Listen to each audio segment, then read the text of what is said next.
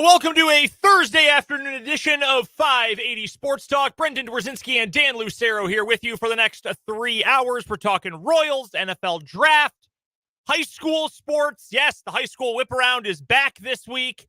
We've got crosstalk, what is wrong with you, so much to get to over the next 3 hours on 580 Sports Talk. Thank you so much for being a part of the show today. We'd love to get your takes on anything we're talking about, either on the text line, 785-272-9429, or in the comment section on YouTube. Our channel is called Sports on 580 WIBW. Go check it out. Subscribe if you haven't. Plenty of video content going up, getting into the YouTube Shorts game. It's like TikToks, but instead of getting sent to other world powers, just American world powers get all of your data. And instead of dancing to Meghan Trainor songs and pointing to the screen where text shows up, it's just us talking about sports. Is Meghan Trainor the new TikTok star or singer?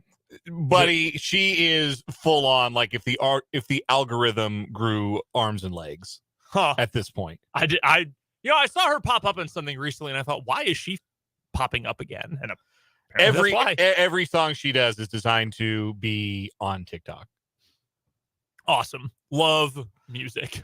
Great. Yeah, pop music's in a real good place. Yeah, real great spot. We do have a ton to get to, though, whether you're listening along on your radio or watching along on YouTube. We're going to start with the Royals in a win yesterday. The offense coming alive, and the pitching continues to look pretty good. Sample size still small, still tiny, really, in the scope of 162 games, but getting a little bit bigger, and the numbers still looking pretty good. So we'll get to that coming up here in just a few moments. Also this hour, as I mentioned, Rick Peterson from TopSports.News is going to swing on by for the Invista Credit Union High School Whip Around. We'll check out the Diamond Sports, what's going on in track and field, and so much more with Rick Peterson from TopSports.News later on this hour. And, of course, we've got some either-or over-under coming your way, too. Fulton will stop by for Crosstalk. Been a long while since we've had Crosstalk on the show. We are also going to talk a little NFL draft inspired by another piece I saw from Nate Taylor at The Athletic about the Chiefs' big board and what players at what positions might interest the Chiefs. What actual skills and traits should the Chiefs be looking for in their prospects at positions of need this year? So we'll get to that.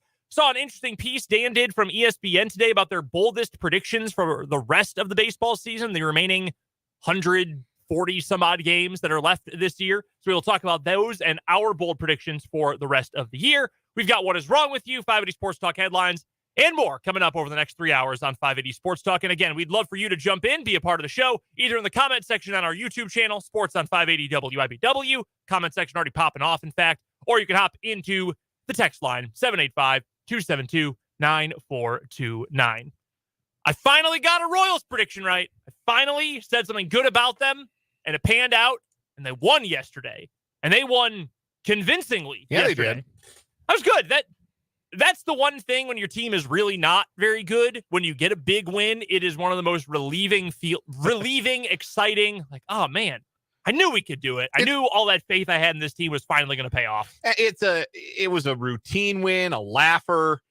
Everybody contributed, and it was the end of the road trip, right? Yeah. So you have a happy flight back. A 500 road trip, which you never complain. I don't care what two cities that you're going to. You never complain about coming back from a road trip with a 500 mark in the games played. And it was a game where, like I said, everybody kind of played a part. And it was the breakout game with runners in scoring position that we've been waiting for. Royals were 6-12 with RISP last night. And it was nice to see some of those hard hit balls that we've seen a lot of from the Royals this year. Find some green grass. Yeah. Find some space. The usual suspects continuing to hit. Vinny Pasquantino has been awesome. He's been so good to start this year. I don't remember who brought it up. I know Fulton mentioned it on his Twitter. There's either last night or earlier today about Vinny Pasquantino. Yeah, it was from the Royals Farm Report, which tweeted out, Vinny Pasquantino may legitimately be the second best hitter the Royals have ever drafted and developed, which I think it's far, far, far too early to say anything of the sort, but the early returns have been awesome. Vinny's a pro at the plate right away. Dude is a hitter. Dude is a professional hitter. And I had the same thought, independently. I didn't see that tweet, but independently, like seeing the start that he's gotten off to, he's barreling the ball. He's getting extra base hits. He's driving in runs. He's drawing walks. He's doing all of the hitter things, all of the hitter tools. Vinny Pasquantino's got those in the toolbox.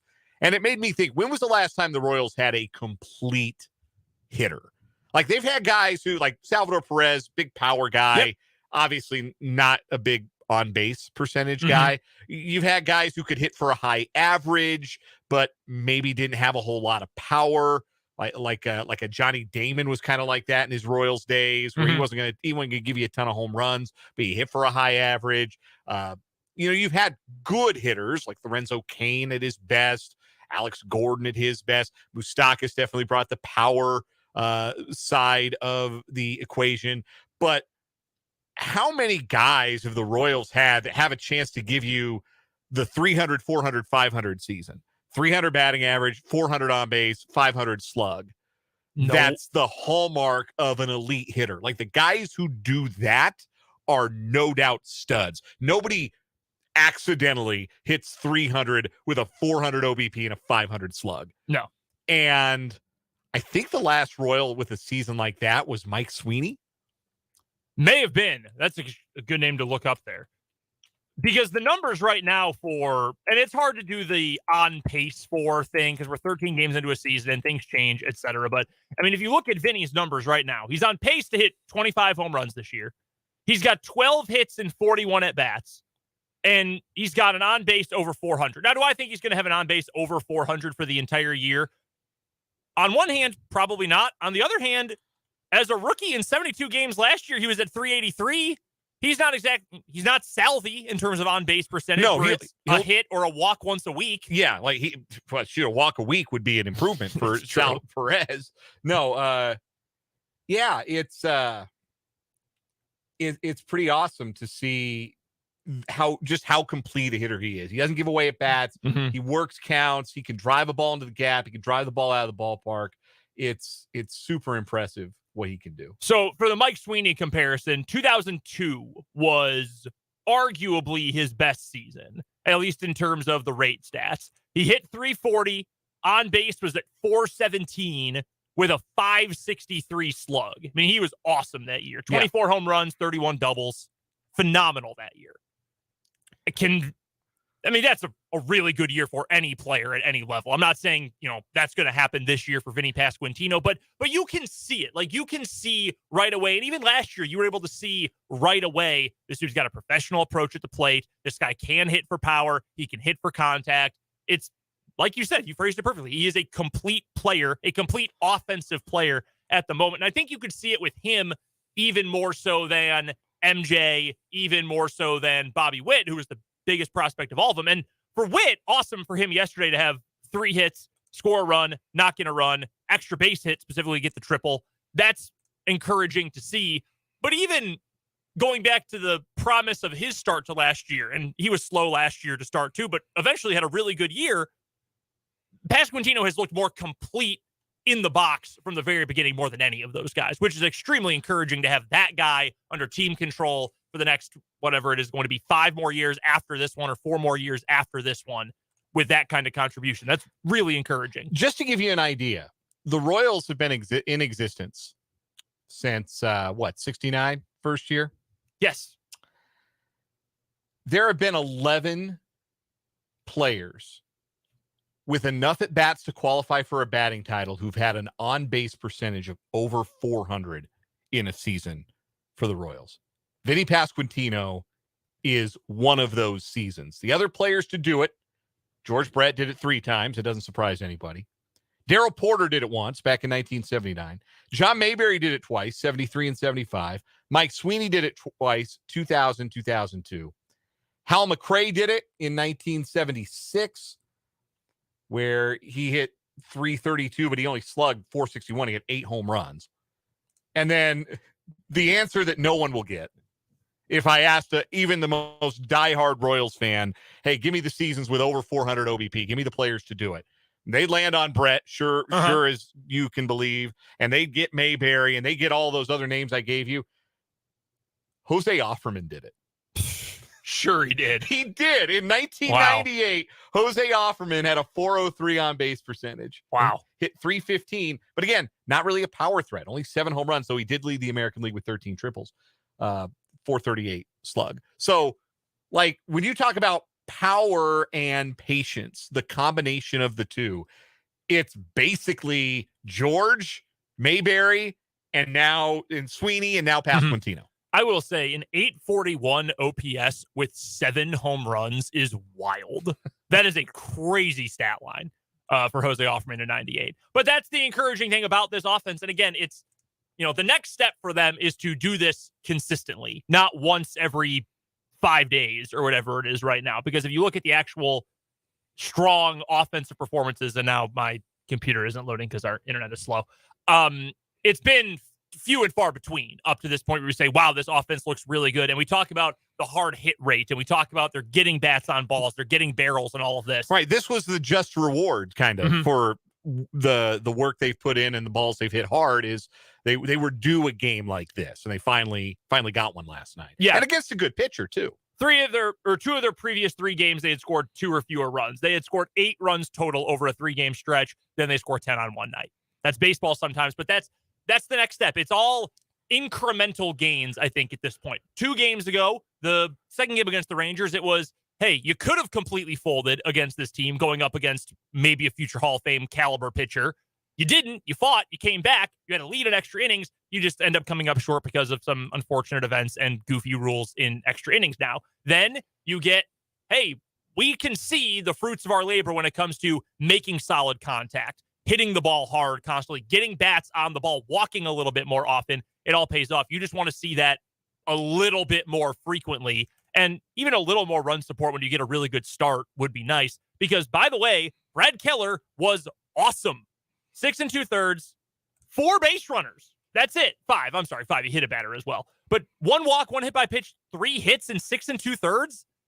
I mean, that's, and I don't have an exact stat line in my head, but that's the kind of stuff we were seeing from Keller early in the 2020 season. Remember when he got healthy? Because I believe it was he started the year with COVID, right? Then he came back, and he was awesome for first 4 starts of the year or so. And we thought, whoa, maybe this is his coming out party. Now, we know that year was fake, but like, this is some of the best stuff we've seen from him in his now fairly veteran career. So last night, as we were signing off, we were talking about what we wanted to see and making our predictions. I just said, look, everything looks good for Brad Keller at this point, except for the walks. He'd walked 7, I think, in 10 2/3 in his first 2 starts. Everything else looked good. Like, the stuff looked improved. Obviously, he's gaining familiarity and comfort with a brand new pitch. I said, if he limits the walks, he's going to have a chance to keep that lineup in check. And that was the most encouraging part for me for Keller last night, was only 1 walk, while still maintaining the strikeouts. Because it's one thing to just not walk anybody if you're giving up a lot of early contact and balls are finding gloves. And, like, that's been Brad Keller, right, at his best. He's never been a big strikeout guy. This year, he's striking out more guys than ever before. He's also walking guys on the higher end than he has before. And if he can continue to find a better balance, continue to keep the strikeouts high and limit the walks, then I think you have to say that Brad Keller would be, at that point, you'd look at him as being remade in the same way that we're looking at Chris Bubich and saying maybe he has been remade as well. And again, this isn't coming from nowhere. This is coming from a actual plan, an actual change in philosophy here. This isn't just, oh, well, neat, they're getting results. Like, no, there was a plan in place to get these guys better, and these guys are executing that plan and performing at a higher level so far. The pitching staff for the Royals at this point in the season, we're 2 weeks in, they were dead last. Remember, in every category you want last year, they were dead last.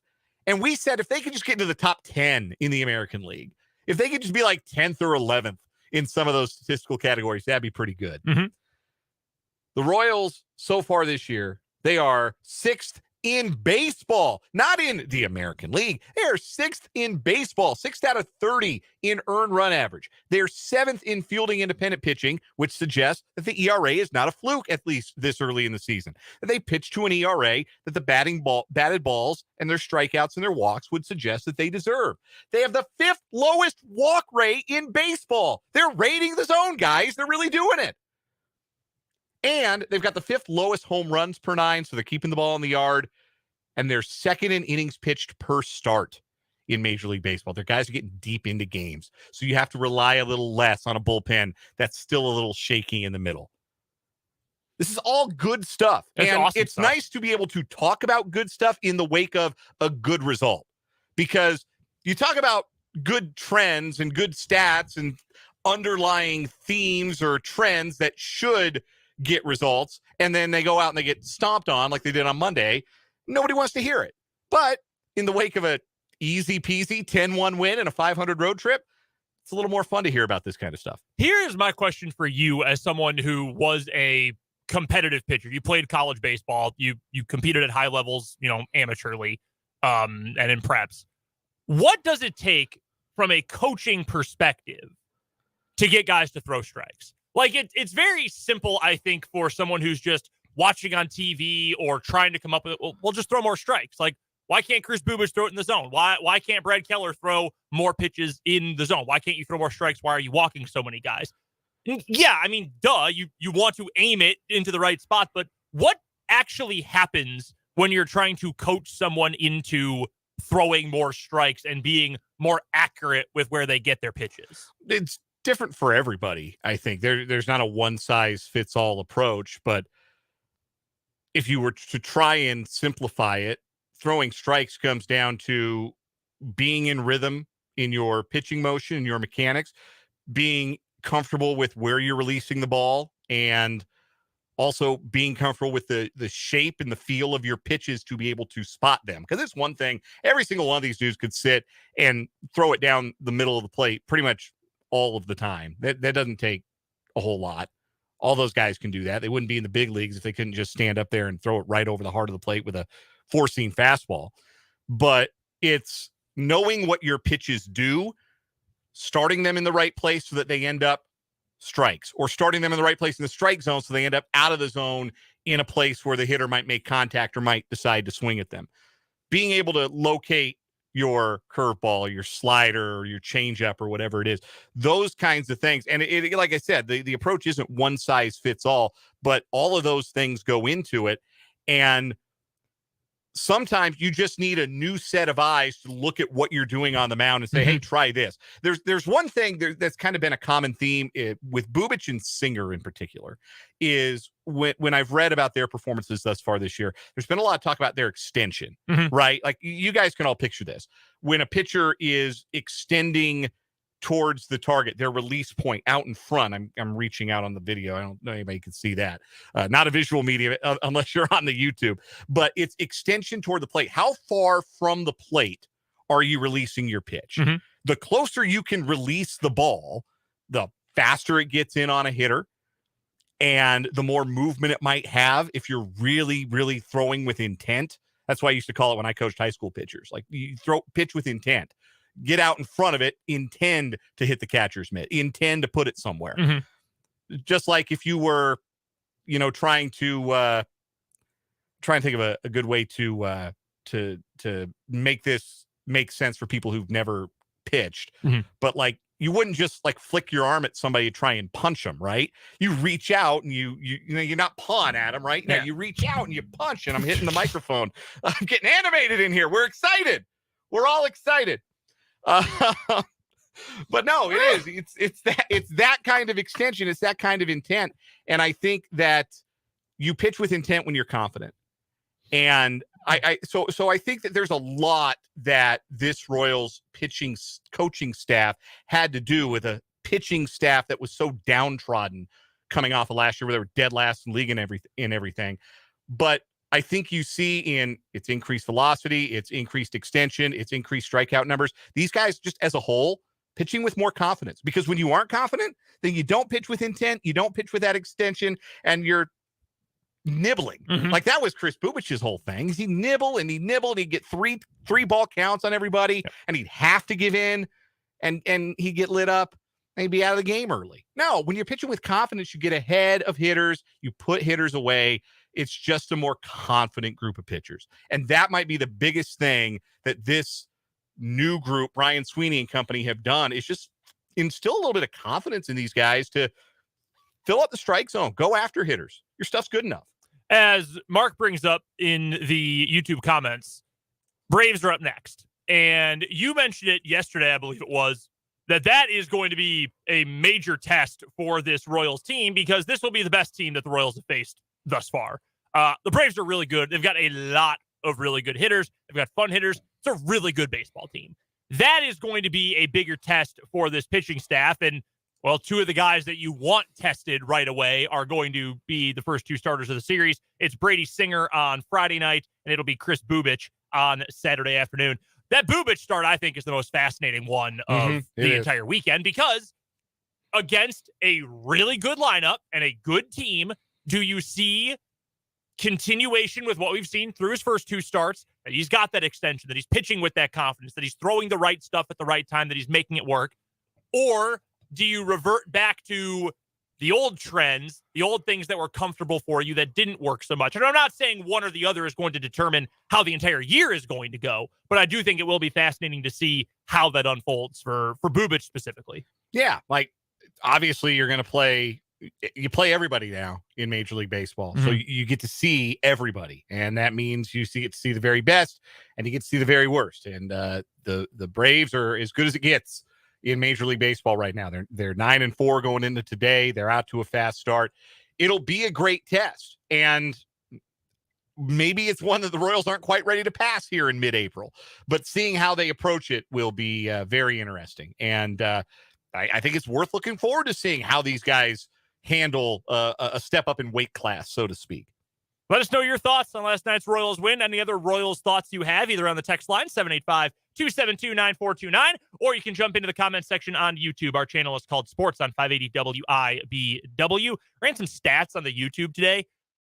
Numbers going up, stonks up, the up chart emoji. Love all of that. If you have not subscribed yet to the YouTube, gone and checked out our live streams, other video content we're doing, the YouTube shorts, anything like that, we would love for you to do so. Check it out. Let us know what you think. Again, that channel where all of our video content can be found, it's called Sports on 580 WIBW on YouTube. We've got to get to our first break of the show. We'll talk to Rick Peterson later on this hour for the high school whip around. But after this break, we'll play some either or over under on 580 Sports Talk.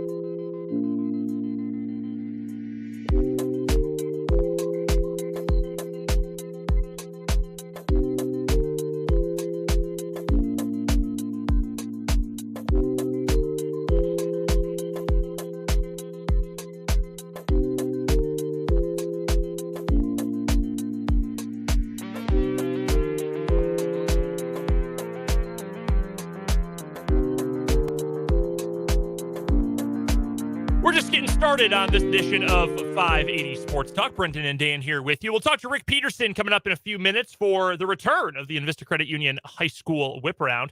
Right now, though, we've got to play some either or over under. I've got a little bit of a different spin on either or over under, and it's an over under in particular. What is the threshold? So over, I can't deal with it. Under, I'm fine with. For temperature outside, heat. Like, you are uncomfortable if it is above this mark, but below it, I can live with it. I ask because it is 80 degrees in April for the second day in a row. Yes, it is. That's not necessarily normal. No, it's not. We know why it's happening. I would say call it 92. I don't know why 92. Like, Okay. I can get into the low 90s a little bit. Once you start getting into the mid 90s, that's pretty balmy. Like, I don't care to golf when it's in the 90s. Yeah, I can understand that. Yeah, you're just sweaty. And golf specifically, because you're not moving, like you're walking the course or whatever. Yeah. But when you're actually doing the activity, you're not really moving. If there's a lot of trees and you're in a cart, you can do it. But like if you're walking the course, yeah, it sounds even unpleasant. if you just want to walk a 9, like that's tough. That sounds extremely unpleasant. I would give a similar number. I would put somewhere in the mid 90s, like 94. Like, I can deal with heat. I don't have a problem with it. Mm-hmm. You wear shorts, you drink water, you shower when you get home. Like, okay, whatever. You deal with it. Yeah. But I will say, I was not prepared for it to be this warm this fast. 80 in April is maybe that threshold. I much prefer the cold than the heat. You can put on more clothes when you're cold and get warm. Man, I disagree. I'd rather have heat than cold. But if I may be that guy for a second, I have like no circulation in my hands, my fingers and toes. Like, they just hurt. They freeze and then they hurt. And then it's just unpleasant. And then I can't go outside for more than 5 minutes. Unpleasant completely. I would rather deal with the heat. Then I'm sweating, but I can, use my hands. Sure. Much better than not being able to. I'll tell you that much. So my over-under today has to do with the aforementioned Kansas City Royals and the homestand that they've got coming up starting tomorrow night. Royals are off tonight. Open a 3-game homestand tomorrow night, or 6-game homestand, 3 against the Atlanta Braves, followed by 3 against the Texas Rangers. So the Royals will be done playing the Rangers for the season by this time next week. 6-game homestand, over under 2.5 wins for the Royals on the homestand. Man, that's a great question. I say it essentially for me comes down to, can they get 1 from the Braves? I think they can take 2 from the Rangers. I do. Split the season series. I think that's possible. Can they get 1 from Atlanta, who's now 9-4? He struggled but beat the Reds last night. They're off today too. I will say under. I'll say they get 2. Under. Okay. Looks like they're going to have to deal with DeGrom again. They'll get DeGrom and Evaldi, and I think Martin Perez will be who they have to face. All right. I mean, not great, but doable. Atlanta's probable starters this weekend, Charlie Morton, Bryce Elder, and Kyle Wright, who won 20 games last year. He did? Yeah. I would not have been able to guess that. Was he the only 20-game winner last year? Yes, he was. 21-5 last year, Kyle Wright. Wild. I would not actually. Have been You able know to what? guess Did Urias win 20 last year? Or was that the year before? I'll pull it up for you. Julio Urias. Remember when he got moved to the bullpen briefly? Yeah, because the Dodgers just had too many good pitchers. Yeah, too many pitchers. How nice would that be? Julio Urias had 20 wins 2 years ago. Okay, yeah. He was 17 and despite being better in almost every other metric, he only had 17 wins last year. Anyway, so it's Morton, who's 1 billion years old, Elder, who hasn't allowed a run in his first 12 1/3 innings this year, and Kyle Wright, who has made 1 start and kind of got cuffed around a little bit. I'll go over. I think they split the homestand. I think they win the Texas series. They get 1 from Atlanta. I know we just talked about this, but I really am fascinated by this series. And I don't know if in baseball you get the same kind of effect like you would in a football or basketball game. Like, everyone is counting us out. We don't know that we can do this, et cetera, et cetera. Because in baseball, you've got the series, that it's a marathon, not a sprint, et cetera, all of that. I mean, how up for the... I'm not saying the Royals are going to be up for any given series, but I just wonder... I think that first game is going to set a lot of the tone for the weekend. I really do. So I'm curious to see how that unfolds for the Royals. One more over-under for it. Go ahead. Well, I was going to say, having Singer, Bubic, and Greinke lined up for Atlanta, I think is a positive as well. I want to see how Singer and Bubic handle that lineup. Like, I'm excited to see how those guys pitch against Atlanta this weekend. Either or. Last one before we get to a break. Would you rather deal with someone whistling to distract you, a la the Vandy Whistler, or someone, possibly a 9-year-old girl, screaming to distract you? And so this is selectively. It's not just ongoing. It's like they're yelling like in the middle of... Yeah, like you're about to turn on the microphone and monologue about something, and suddenly you hear, ah! So behind you. That or the consistent whistling of the late great Vandy Whistler. Yes. Gulag for both. First and foremost. DeMar DeRozan. Gulag. DeMar DeRozan's daughter, who screamed every single time the Raptors shot a free throw last night, is the reason the Bulls are advancing in the play-in tournament, because the Raptors would have blown them out had they not only made 18 of 36 free throws. They missed 18 in the game, including Pascal Siakam missing 2 at the very end. It's again, great system we got. The play-in basketball tournament can be decided by the screams of a 9-year-old girl in the crowd. Why does this exist? It's dumb. It is extremely dumb. And I wasn't even like all that happy the Bulls won, because like, you got to watch them one more time. I got to watch them. I got to play the Heat, who also have bad vibes. And if they win, great. They lose 4 games in a row by 80 points to the Bucks. Like, whoop-de-doo. But like, she ran on the court right after the game and gave her dad a hug, and it worked. Like, everybody noticed it. You could hear it on TV. You could hear it in the arena. All the people sitting around her were rolling their eyes the whole game. It was very funny. I would rather deal with the screams, by the way. The sharpness of the whistling would bother me. Yeah, I feel like, though, the whistle would more easily fade into background noise at some point than the scream. The scream is just so shrill. Yeah, that makes sense. That's fair enough. Yeah, I go with the whistle. Shout out to DeMar DeRozan. We've got to get to a break. Rick Peterson joins us next on 580 Sports Talk.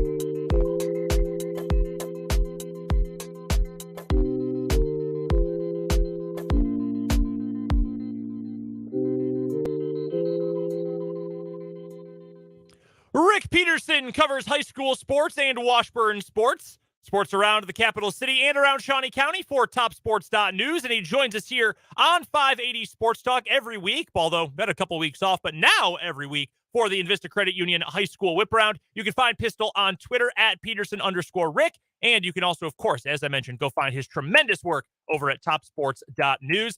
Pistol, it's been a few weeks. How you doing? Good. I thought I was fired. No. Pistol, people tune in for you more than they even tune in for us, I think, on Thursdays. So, no, you're not going anywhere. How are you? Good. I appreciate it. How are you enjoying having summertime temperatures in early April for sports this year? Yeah, it took me about 2 weeks to warm up, but now it's beautiful. I mean, there for a while, seriously, I mean, every day was just miserable and with the wind and everything, but now it's beautiful. I'm going out to soccer here a little later and looking forward to it. Well, let's talk a little soccer. We've got tons of sports to get to, so we'll get through as many as we can here in the next few minutes. Let's start with soccer. For those who haven't been maybe tuned in while we haven't had the high school whip round over the last couple of weeks, what are some of the standout headlines from these last few games in soccer in the city? Well, Siemens off to a great start, and that's who I'm going to see today. And I think they won like their first 6 games or something. They're going to I think they've been not necessarily a surprise, but they've definitely got people's attention. And then Washburn Rural's off to another great start. They're going to be very good. Hayden's playing pretty well. Heights, I think, is going to be a good team. High had some highlights earlier. I think overall soccer in the city is going to be pretty good. So this question is specifically about Seaman, but I think the same principle can apply to other schools as well. I mean, we know who the powers in the city are. You know, you think of soccer success, you think of Washburn Rural, for example. Seaman maybe a little bit new blood in that group. How would you compare how well they have played this year? And I know, like you mentioned, you're going to see them later tonight. How would you compare how well they've played this year to maybe some of the other teams in Class 5A? Does this feel like a Seaman team that maybe has the quality to make a deep run once we get to the postseason? Well, they got several really good athletes. They've had some what I would call statement wins, so that's good. Yeah, you know, I would love to see them play like a Washburn Rural or something like that. But it's what's the way the new leagues are now. The city rivalries have kind of gone by the wayside in some cases.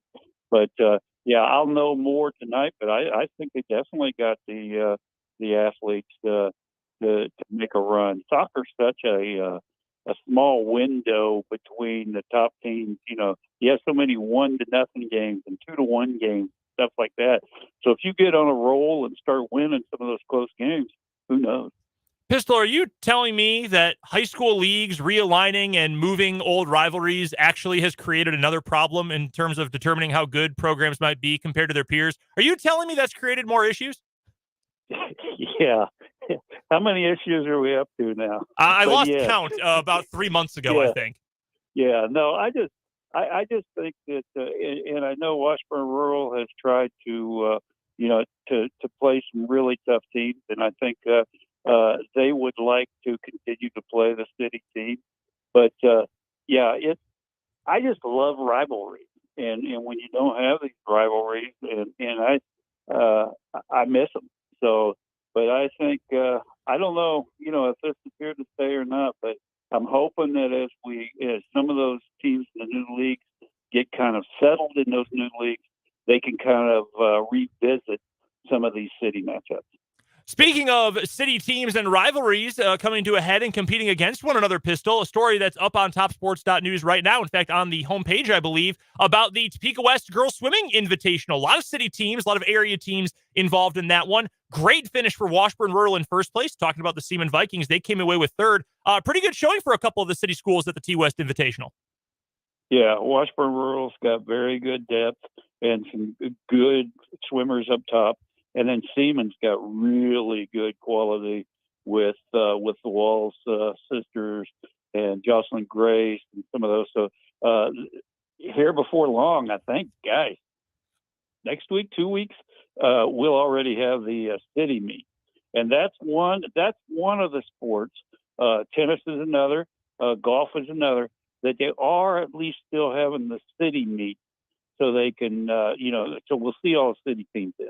It feels like a great opportunity these days, Pistol, with the fact that so many, whether it's your kids or your friends' kids or, just, you're in the neighborhood, you support the team, whatever, feels like that is, a rare opportunity. And I hope that it, makes people go out to some of these events, go out to the Cap Fed Auditorium. They go out to, whatever track meets, tennis, whatever, to see this, because you don't get to see these specific colors of uniforms go up against each other. I kind of hope that's a trend we see, that some of these, non-football basketball sports where these teams still compete against each other, that they bring out some bigger crowds. Yeah, I'm hoping so too. I think people know, like you said, people know all these kids and they support them. And, I see that with some of the stories I write. You see teams that aren't even involved that still, you can tell they're paying attention to these other city teams. We're chatting with Rick Peterson from TopSports.news. It's our Invista Credit Union High School whip around here on 580 Sports Talk. Back after a couple of weeks off, bottom of the 4 o'clock hour or 3 o'clock hour, on a Thursday afternoon. Go find Pistol's work at TopSports.news, and of course, find him on Twitter at Peterson_Rick. Pistol, let's get to the bat and ball sports, baseball and softball. We're talking about girls sports, so let's just stick right there. A couple of stories about some softball action over at TopSports.news that have been published recently. What are some of the headlines there as we get closer and closer to, the middle of the season, but as we near postseason play as well? Well, Washburn Rural is off to a great start in softball. They did suffer one loss to Olathe South, and they're playing 2 games today in the tournament up at Olathe, and then they play 2 games on Saturday. We'll know a lot more about them after that. Some of the other teams, let's go out to the county. I mean, Silver Lake is 6-0. Came up with 2 huge wins over Baser and Linwood, and then which was second in 5A last year, and then followed that up with 2 wins over Rossville, which was 4th in state last year, and it went into that doubleheader undefeated. So those 2 teams, Silver Lake and Rossville, are going to be very good. I think several of the other teams in the city, Seaman, Shawnee Heights, Topeka High, don't forget about them. They're still kind of adjusting to life without Nigel on the mound, but there's a lot of good teams in county softball. You know how much I like to ask you, Pistol, about contention and the ability for teams in the city with how good their starts to the year have been, how well they stack up against their foes in their same classes. So I'll ask you, with how well the teams around the county are playing, Washburn Rural is obviously going to be in contention. You mentioned some of the other programs. How strong do you think Topeka softball is this year in terms of can they contend for championships regard? Maybe not quite as strong city-wise now, maybe not quite as strong as they were last year, just because, or the last couple of years, just because some of the people you've lost, go back a couple, 3 years, you lost Olivia Bruno. Last year you lost Nigel Kennedy. So you're kind of waiting to see who's going to take those spots over. Rural is still very good with Emerson Cope kind of leading the way there. And like I said, I think both Silver Lake and Rossville can challenge in 3A. And I think Rural in 6A, but there's going to be somebody that comes out of the woodwork. Softball and baseball depend a lot on how your seeding is. And if you can get to state, then anything can happen. I also wanted to commend you, Pistol. Loved the feature on Alyssa Droge, and I hope I was pronouncing her name right, from Hayden, who has overcome so much in her time in high school, and to get back out on the mound. She got to throw out the ceremonial first pitch against Junction City recently as well. That's an awesome story, and I recommend everyone go check it out at TopSports.news. What a story of perseverance for her to get back on the diamond. Yeah, and I don't know if I'm right or you're right. I pronounce it Drogi.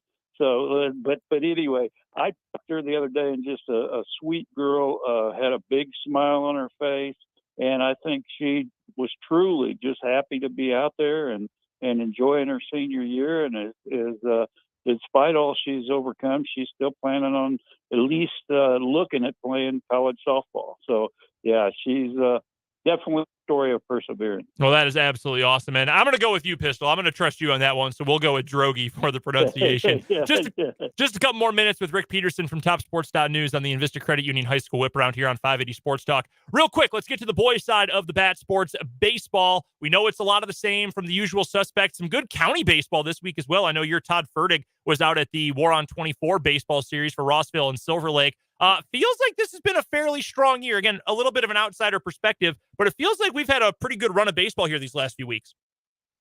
Yeah, I think Seaman, which nothing new for the last 20 years, they're kind of at the top. I watched Hayden the other day. They're pretty young, but they handled Topeka West the other day, and I saw that. And then, Shawnee Heights is always competitive, particularly by the end of the season. They had some holes to fill, but I think they're filling them, and they have a good record. And like you said, Silver Lake baseball, they got beat pretty bad by Hayden early, and now that's the only two they've lost, at least through Monday. So they're playing pretty well, real well lately. And I think there's several. We'll get here the second time around, kind of. You kind of see who the real contenders are. But like I said, you always start. It seems like you always start with Seaman.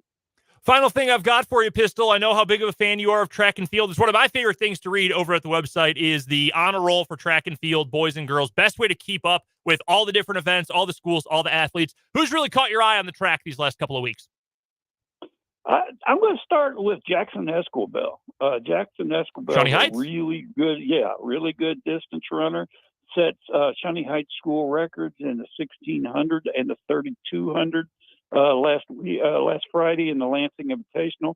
Him and Lenny Naroje had great battles. Jackson won the 1600. Lenny won the 3200 with both state class times. And like I said, a couple of school records for Jackson. So those are good. Those are good starts. And I love the sprinters. I love them all. But you realize how much work goes into making an elite distance runners.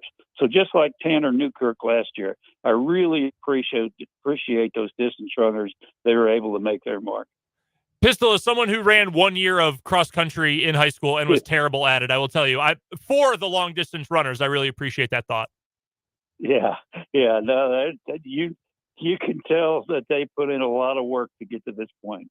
That was a lot of work I was not personally willing to put in for that sport. No, it is extremely impressive. Head to TopSports.news. Check out the track and field honor roll. Again, it is the best way to find out what all the events, the results of all the events, all the great athletes, all the teams. Perfect way to get an encapsulation of what's going on in the track and field scene. And head to TopSports.news for all the best coverage of prep sports around Topeka and Shawnee County. Rick Peterson writes over there. You can find him on Twitter as well at Peterson_Rick. And he joins us for the Invista Credit Union High School Whip Around every Thursday here on 580 Sports Talk. Appreciate the time as always, Pistol. We'll talk to you soon. Thanks, Brendan. That Bye-bye. is Rick Peterson from TopSports.news, the absolute best of the best when it comes to talking about high school sports here in the capital city. We've got to get to a break here at the top of the hour. When we come back, Fulton's going to join us for some crosstalk at the top of the 4 o'clock hour. We'll talk a little NFL draft, and we've got today's What is Wrong with You? All that and much more. Your text, your comments. It's all coming up next hour on 580 Sports Talk.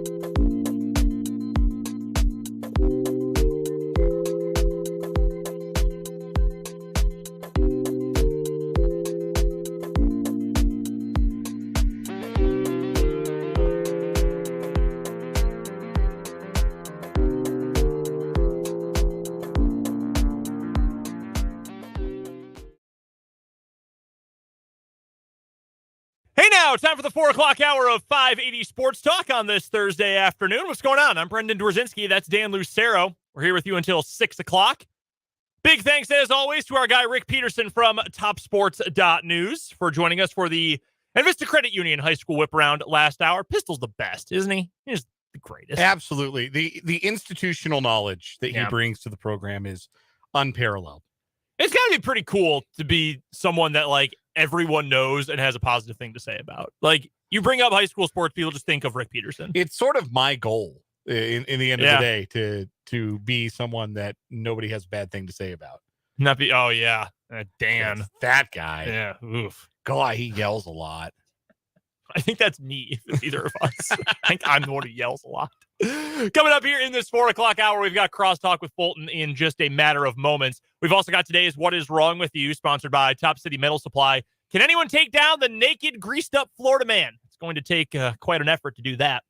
And then we're going to talk a little NFL draft at the bottom of the hour. We know what the needs are for the Chiefs in this year's draft. But what types of players are the Chiefs going to target when it comes to filling those needs? What are they looking for in a tackle? About a defensive end edge rusher? What about wide receivers? What kind of traits do they want? We'll discuss that coming up at the bottom of the hour. Of course, you are still welcome to be a part of the show, either in the comment section on YouTube. The channel's called Sports on 580 WIBW, or you can hop into the text line. 785-272-9429 is the text line number. And without further ado, we welcome in our good pal, the Sultan. His name is Fulton Caster. I was trying to come up with something a little better than that, but it was really off the cuff, and I didn't have anything. Hey, man, better. You tried, and I respect it. Yeah, I tried. I did my best. Fulton Caster, host of Mic'd Up with Jake and Fulton. Yeah, there aren't many things that rhyme with Fulton. No, there's not. Trust me. You don't need to rhyme. How about some alliteration? Fighting Fulton Caster. There it is. Well, probably should have gone with that because Fulton, who's, I assume, feeling good today. I'm feeling great, man. After the Royals. Nobody cares about the Royals more than Fulton. Truly. For better or for worse. And it is often for worse. Often the latter, yeah. Royals win big yesterday. Yeah. 10-1. Fulton, if you don't follow him on Twitter, and you can, at Fulton Caster, if you're on Twitter and don't follow him already. When it was announced yesterday that Hunter Dozier was not going to be in the starting lineup for the Royals, we joked about it, how it was a tough day for the Dozier diehards. But Fulton decided to call people bozos on social media instead. And apparently that got everyone in a tizzy. And you said, oh, if Dozier's not going to play, then who are you? What did you say? Who are you bozos going to complain about today? I basically said, look, Dozier's not in the lineup, so what are you bozos going to complain about today? One, bozo's a great insult. Dan and I were talking about this. Great insult. Yeah, for like a broad group of people, it's bozos is about as good as it gets. Yeah. It does. And it was fitting. Bozos, I also, again, for a group of people, chumps, I think is very solid. Yeah. Bums. Yeah. Bums is iffy. Used properly, great. Like when LeBron used it in a famous tweet one time to defend Steph Curry, called someone you bum, hilarious. Yeah. So it's got to be used selectively. Yeah. I know you and Jake have talked about the Hunter Dozier thing a lot. Oh, yeah, we have. But I've got two questions for you. Hit me with it. One, and I know you and I are probably on a very similar side of this argument. You're kind of stuck with him. So what else are you supposed to do when you've got that contract and you can't move him because no one wants him? Yeah. And two, why did you think it was a good idea to provoke people on Twitter? So why did that seem like something you should do? So here's what I'll say to Hunter Dozier, specifically the situation. As I have said numerous times, I want to make it very clear. I also do not want him on this baseball team. I also would like him to not be playing for this baseball team because categorically since 2021, he is, without a doubt, the worst everyday player in baseball. So trust me, I agree with everyone. I don't want him playing. That being said, he's on the team. He has that contract. They're going to try to use him to generate something.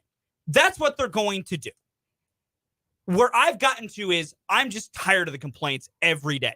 If you look at any single tweet by the Kansas City Royals official Twitter account, there are at minimum at any given time at least 3 or more DFA Dozier or something similar comments.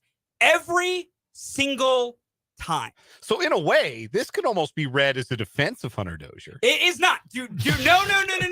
Because I had somebody in my mentions last night thinking I was doing that. I'm not defending Dozier. I just want everyone to shut up with the complaints. Like, I get it. You don't like it. I don't like it. We all hate it. Nothing's going to change by you screaming into the abyss every single moment of the day that you hate him and you want him gone. We get it. You want him gone. I want him gone. I am so tired of hearing. I have a solution for you, Fulton. And yes, I should ignore it all and just not pay attention to the internet. Just don't read anyone else's replies. I know. I shouldn't. And Ever. that's on me. Under any circumstance. I can't get my wife to do that though. So like I think it's good advice. It's on me. I adhere to it. I haven't been in a Facebook comment section since 2011. And it has freed my life. Yeah. And yes, for my own, like, it'd be better if I stayed out of things. And I was not trying to provoke anyone with my comment. You called people bozos.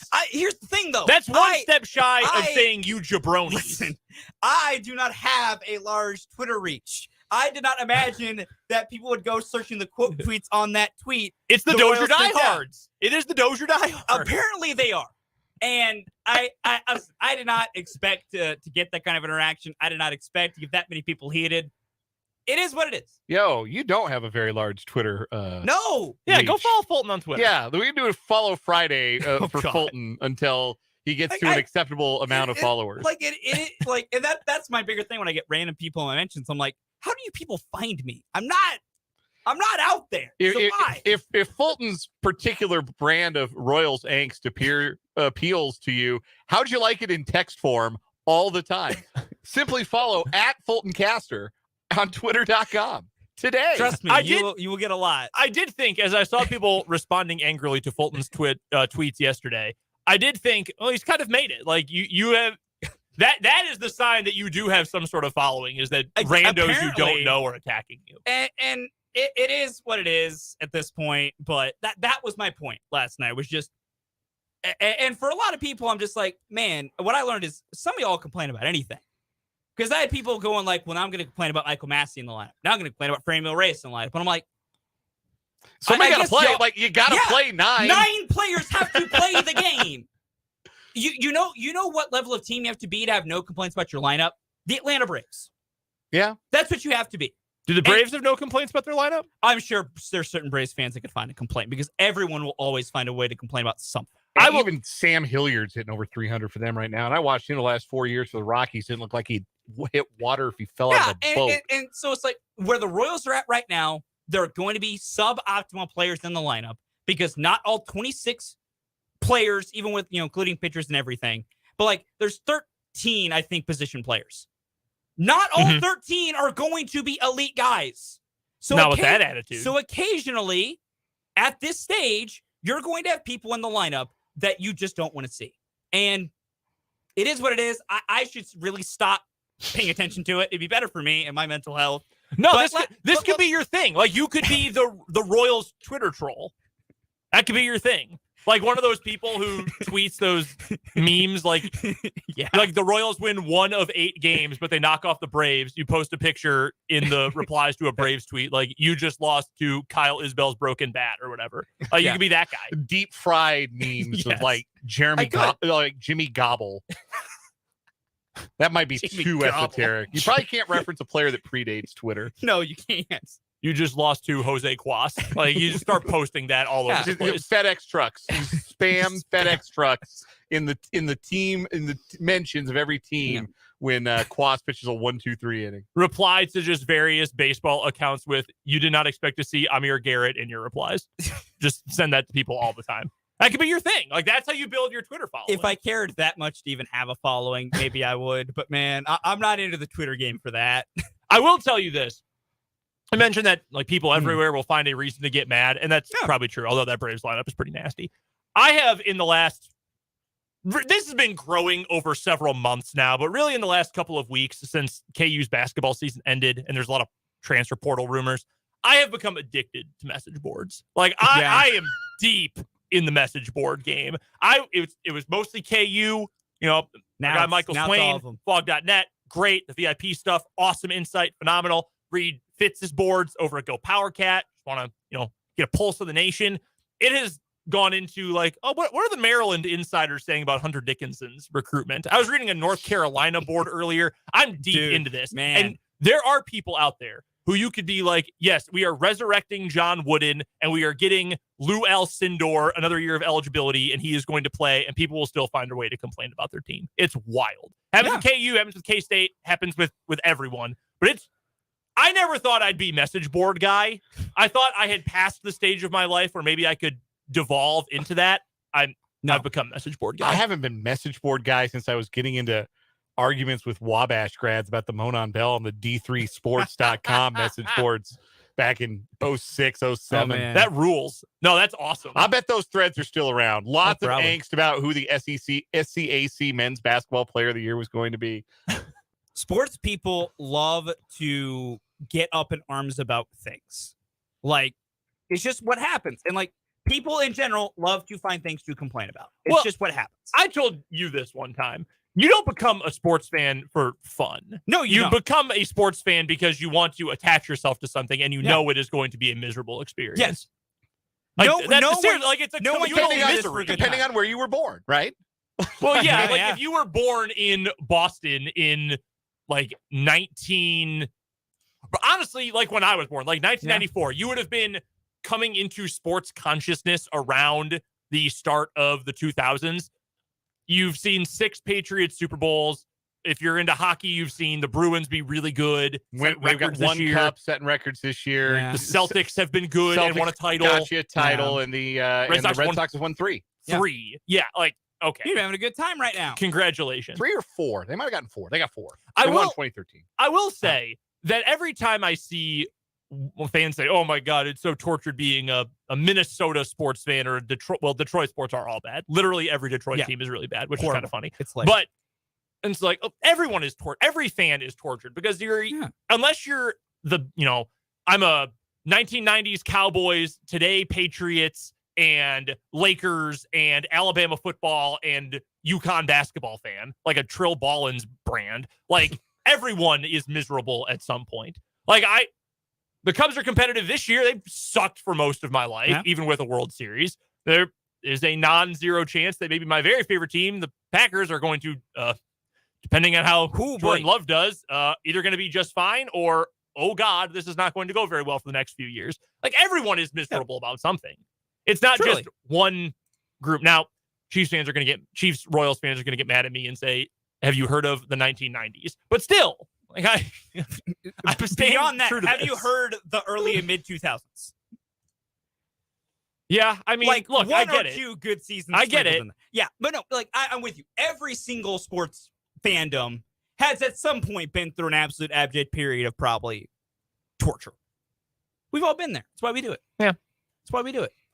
And sometimes I just like to point out that some people are being overtly negative.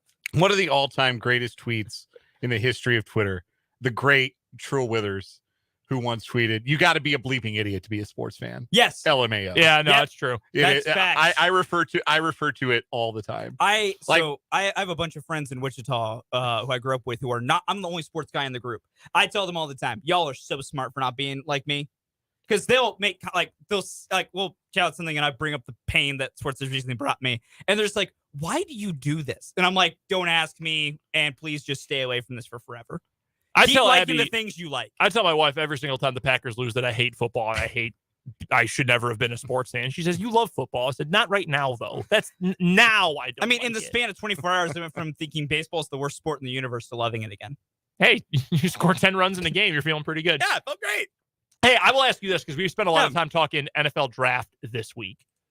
KU and K-State. Who is the best draft prospect from either program going into this year? Going into this draft. Okay, so like they're draft eligible coming up in 3 weeks. Yeah, because we were talking about this the other day. Dane Brugler from The Athletic had his list of, all the best prospects at every position, who's going to end up where. I feel like Felix is the obvious answer because he's the highest on draft boards, or widely considered to be. If you were, a scout and you're putting together your regardless of position draft board, who intrigues you the most between the two schools? So Felix is an obvious one, obviously, but what goes to me is Julius Brents. We're with you. Mm-hmm. I think he's going to be a really good NFL player. Physical makeup, his athleticism is off the charts. Like he tested really well in the Underwear Olympics over in Indianapolis, and looked good through everything else. So on that front, but like watch him play football. He can play the position well. He seems to have good instincts on the outside. You combine good natural instincts with the physical gifts that he has. I think Julius Brents should be I think he should be a second-round pick. I had the same feeling. And I think whoever gets him is going to be real happy. Like, Felix, I think, is the bona fide, can't-miss stud that everyone knows and is going to be really good.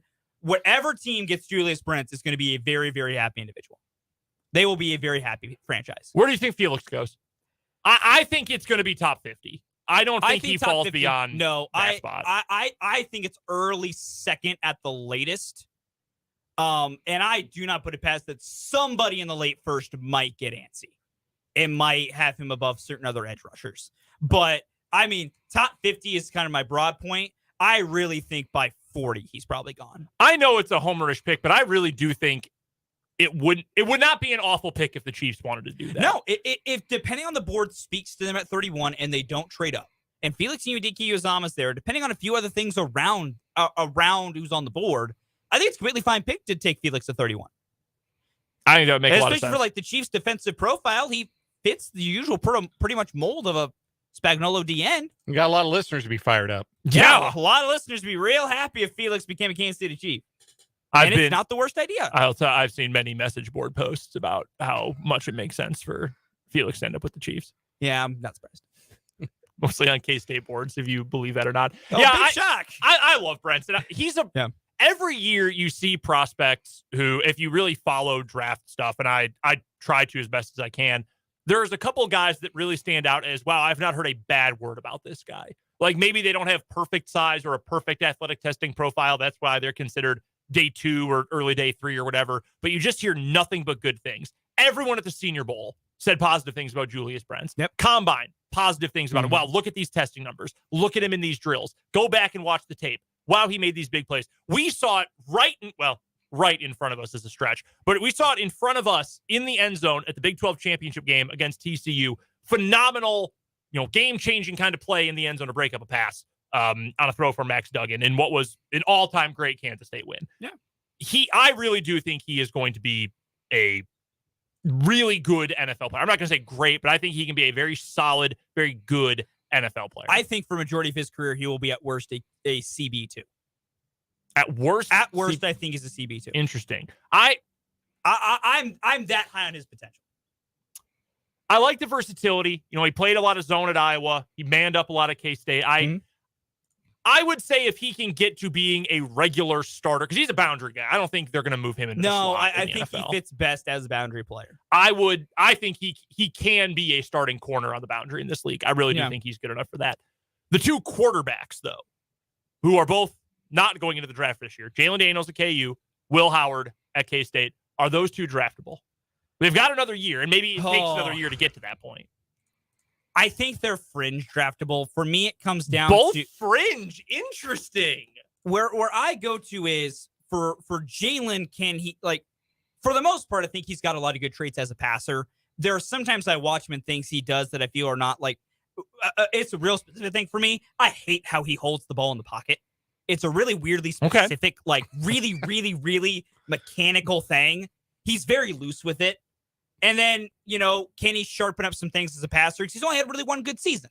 He's had flash other times, but then he had the good season last year and got hurt. Same thing for Will Howard.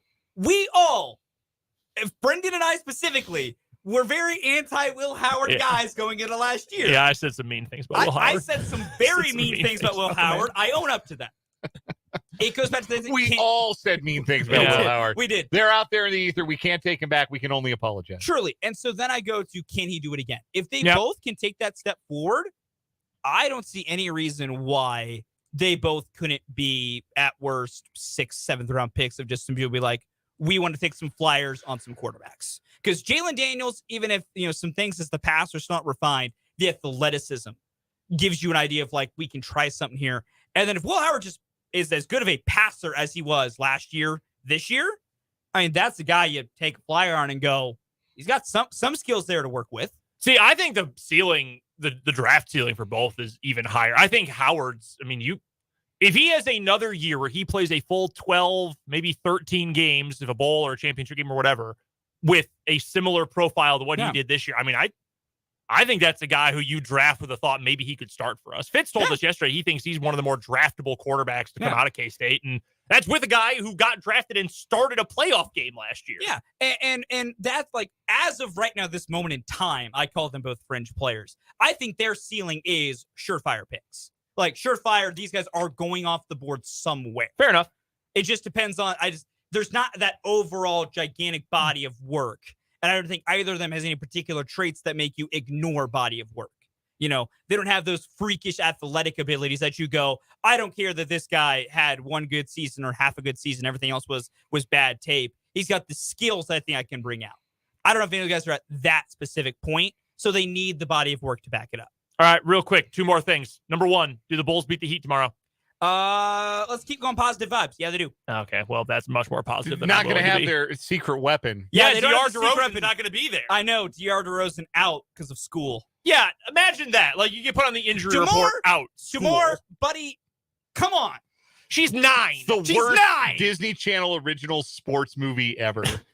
The Screaming Sensation.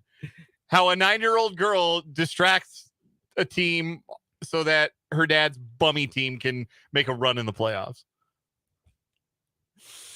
That is Man. pretty good, though. That's pretty Man. funny. Yeah, I it mean, is. there's no I would way. have watched the hell out of that when I was like 7. There's Oh, no way so that could same. be worse than double teamed. No way.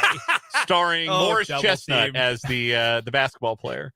Chestnut. All right, what's coming up tomorrow on Mic'd Up, Bolt? We're going to obviously preview the Royals series they got coming up against the Atlanta Braves. We're going to take a look at the Chiefs and what player we think is the best chance to improve coming up in next season. Plus, Eric Eager, Summer Sports, is going to drop by, talk a little Chiefs and draft with us as well. Is it summer sports? I was Sumer specifically. I thought it was I Sumer always Sports. mess that up, and I should probably get Eric's place he's working with right more often, but Hey. me and language don't always agree. Yeah, it'd be like that. Great for a radio host. Fantastic for a guy whose entire job is speaking. Is sometimes me in words that I speak in don't get along. What a way to close that segment. Fulton Caster, co-host with Jake Levon of Mic'd Up with Jake and Fulton, noon to 3, every weekday here on 580 WIBW. Fulton, thanks for the time. Thanks, guys. We are going to send it to a commercial break. When we come back on the other side of the timeout, we've got today's What is Wrong with You here on 580 Sports Talk.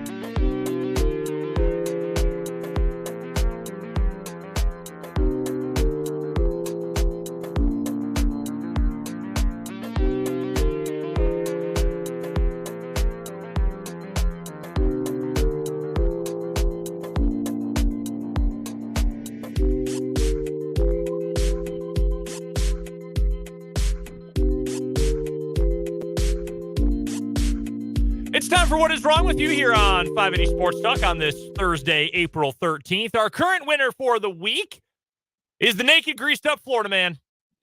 He is exactly as that title would describe him. He was naked. He was covered in wheel-bearing grease and peppermint oil and blood and eventually pool water after he jumped in someone's pool who wasn't his own, after he tried breaking into 2 different houses, and then he got on a trampoline and kicked a deputy, and then had to be subdued by 4 different sheriff's deputies and 3 medical professionals. Got on a trampoline. He was laying face down on the trampoline. Naked. I've never tried it. I don't plan to. That can't feel good. Naked trampolining or laying down on the trampoline? Laying down. Well, naked trampolining is probably a lot of fun. Well, it's free. Possibly. Yeah. But the trampoline material on like laying on a certain body part. Yeah, that doesn't sound comfortable. No, I think I'm with you there. I would not be happy about that. Before we get to our stories today, I want to remind you that What Is Wrong With You is brought to you by our good friends at Top City Metal Supply. They cut the metal you need to your specifications, saving time, saving money, and saving material. Never settle when it comes to your metal. That's Top City Metal Supply on South Topeka Boulevard, halfway between Frito-Lay and Forbes Field. My story for today is going to take us to Florida, where we meet a guy who had one of the worst excuses you could possibly imagine for committing a crime. Does anybody have a good excuse for committing a crime? Well, fair enough. Not usually, right? A Florida man was arrested last week after ramming a Marion County Sheriff's Office deputy. He was originally being stopped for not having a rear license plate. Calvin Batts drove his police vehicle into the path of Price, that is the last name of the perpetrator here, hoping to cut him off. Batts then got out of his vehicle in order to approach Price, but while coming around the corner of his car, he was struck by Price's motorcycle. After Price was later apprehended and handcuffed, he explained to the deputy that he freaked out because he took his plate off in order to avoid paying tolls while on his way to Lakeland, Florida. Brain genius stuff there. This is videotaped. You know, police wear body cameras now in a lot of places. And on video, Price says, quote, "Sorry about that, man. I didn't have my plate on and I freaked out." So that was good enough reason to run your motorcycle into a deputy? I don't think so.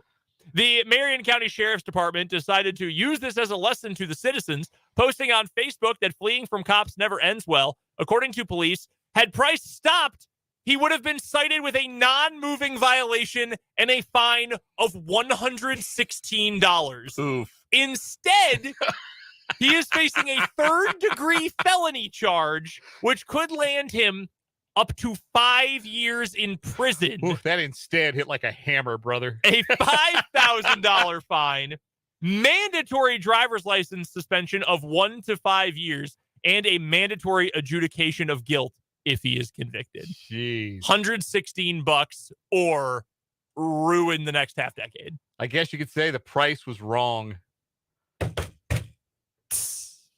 We need a rim shot. I think we have one. I think there might be one in there. Do we have one in the hotkeys? I'm sure we do. Sound effects.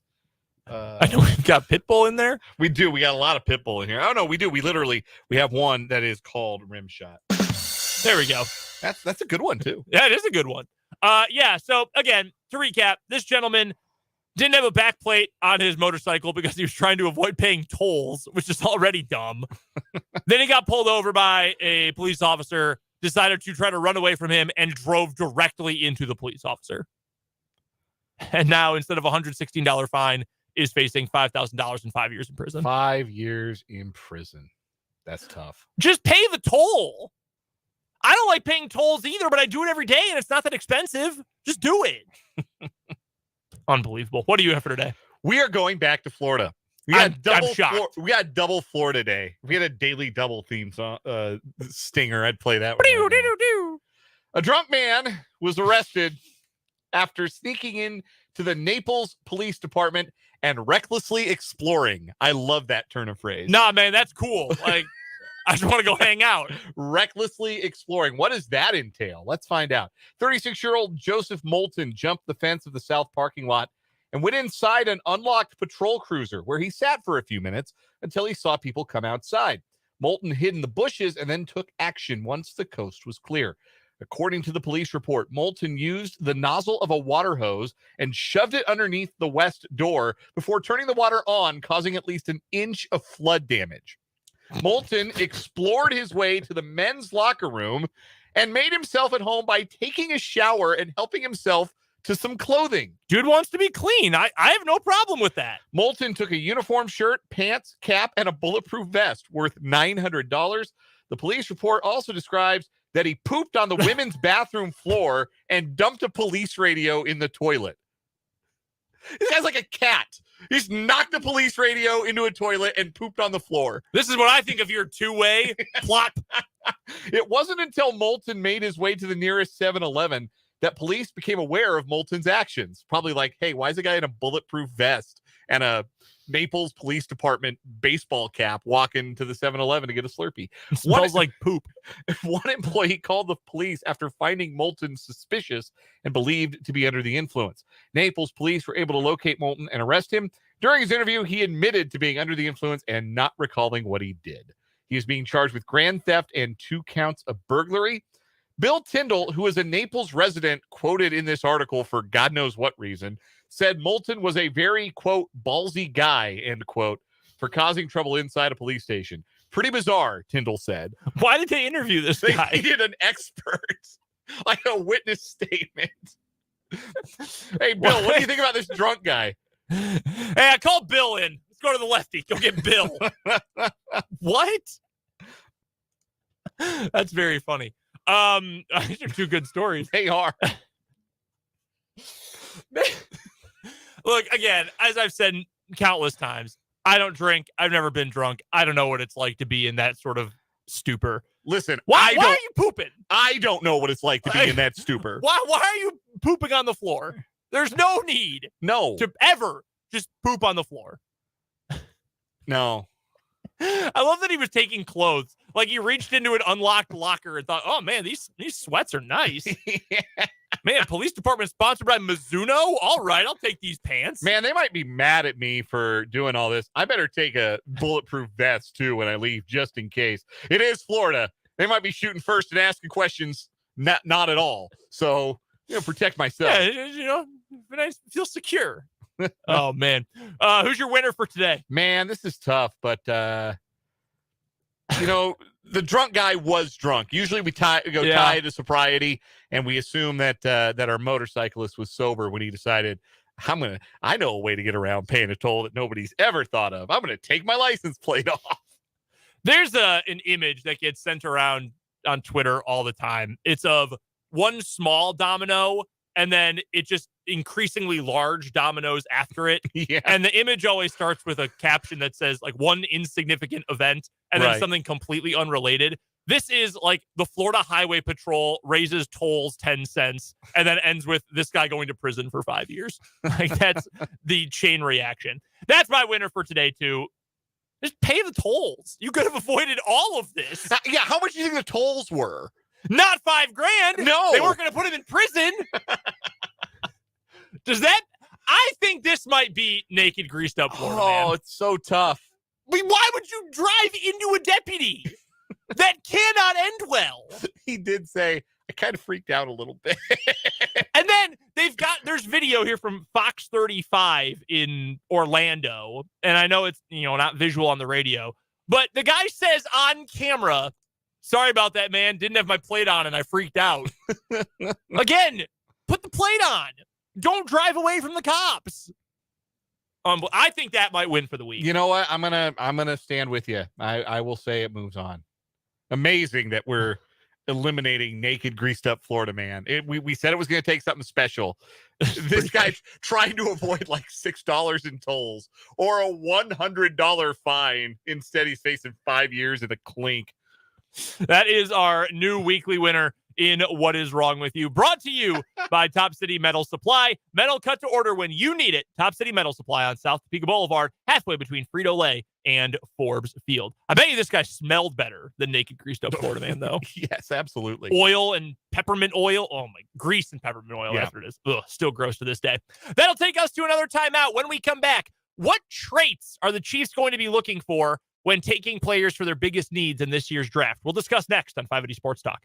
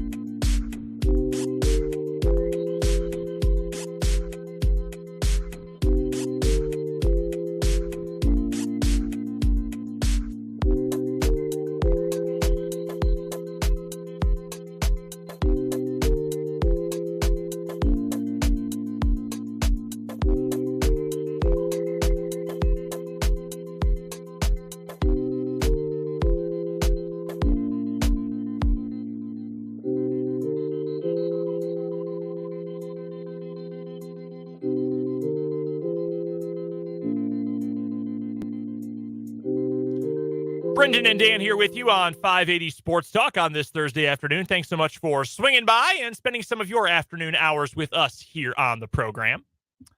We are now, as of today, well, as of like 2-ish hours from now, maybe 3. I think the draft technically starts at 7 for the first round.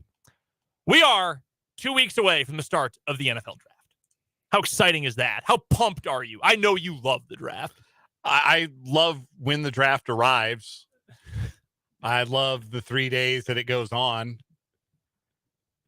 Draft itself, though, maybe not your favorite thing. Like, I mean, we're changing the mocks change every day because it's like, well, we got to have something new to talk about. Here's a mock in a scenario where all 4 quarterbacks decide to go out to dinner together, the top 4 quarterbacks on the board, and then their car disappears and nobody knows where they are. So here's a new mock draft in case of this scenario. Here's a scenario in which Anthony Richardson reveals he's into cannibalism. How far does that drop him? You'll find out in my latest mock draft. Behind ESPN Plus. Yeah, behind the paywall for sure. Or my favorite is what the team will do, but then what I would do. Yeah. That's my personal favorite. Yeah. Like, oh, sick. You blogger for A to Z footballsports.biz. Like what you would do if you were a GM. Awesome. Sick, dude.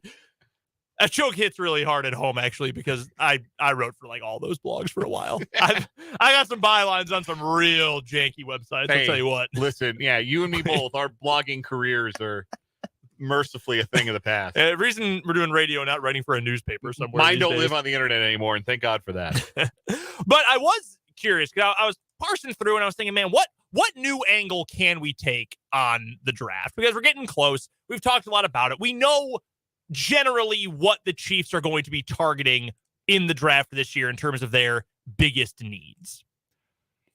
But I was wondering, you talk about needing a pass catcher. Well, there's a lot of different kinds of pass catchers out there. We could be a tight end, could be a wide receiver. Are we talking a tall, long X receiver? Are we talking slot guys?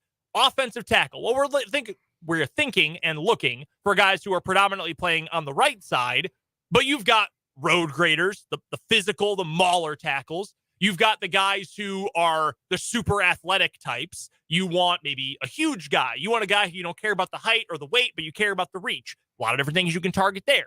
We know the Chiefs need an edge rusher. Well, the Chiefs have, I don't know if it's a general threshold they usually stick with, like you have to be at least 6'3", and you have to be at least 260 pounds. I don't know if the Chiefs have those markers, but we know they prefer bigger dudes. Steve Spagnuolo prefers to have bigger edges, whatever bigger might mean to you. So the question for me, and we can go through these position by position, because I think it's fair to say those are the 3 biggest needs: pass catcher, edge rusher, right tackle. What are the traits the Chiefs are going to look for when picking players at those positions? Why don't we start with wide receiver? Because I think that's where you get the most variance in types of players and types of characteristics and traits. If you were in Brett Veach's and Andy Reid's position, what specific kind of wide receiver or tight end would you be looking for in 2 weeks? Well, if I were looking for a tight end, I'd be looking for a weapon in the passing game primarily. I'd be looking for a pass-catching first tight end. I'll worry about the blocking stuff. Let him work with Andy Heck a little bit. He can figure out how to help me in a blocking role. But I'm like, if the Chiefs are going to draft a tight end in the first 3 rounds, if they end up doing that, I think they're doing that with the explicit idea that they are drafting a successor to Travis Kelce. And I don't think that's a bad idea. I don't think it's the end of the world if they don't do it, but I'm in favor of the idea of starting to put a succession plan together for the most indispensable part of your offense. And so you're looking for those traits: the hands, the ability after the catch, the route running ability. Not that Travis Kelce isn't a more than capable blocker, but primarily if I'm looking for a tight end, I'm looking for excellence as a receiver: hands, ability to win contested catches, ability after the catch. Like, that's why Dalton Kincaid is one of my primary draft crushes, because I think he checks all those boxes. Wide receivers, we kind of talked about this yesterday, that it feels like the Chiefs look for the guys who have the ability to win at the line of scrimmage, separate, and then, again, making plays in yards after the catch. What we saw last year was maybe the most effective version and most efficient version of Patrick Mahomes in the Chiefs passing game that we've seen to this point in his career. Maybe not the most explosive as far as down the field throwing the long bomb, but certainly efficient and still explosive, but in an after the catch.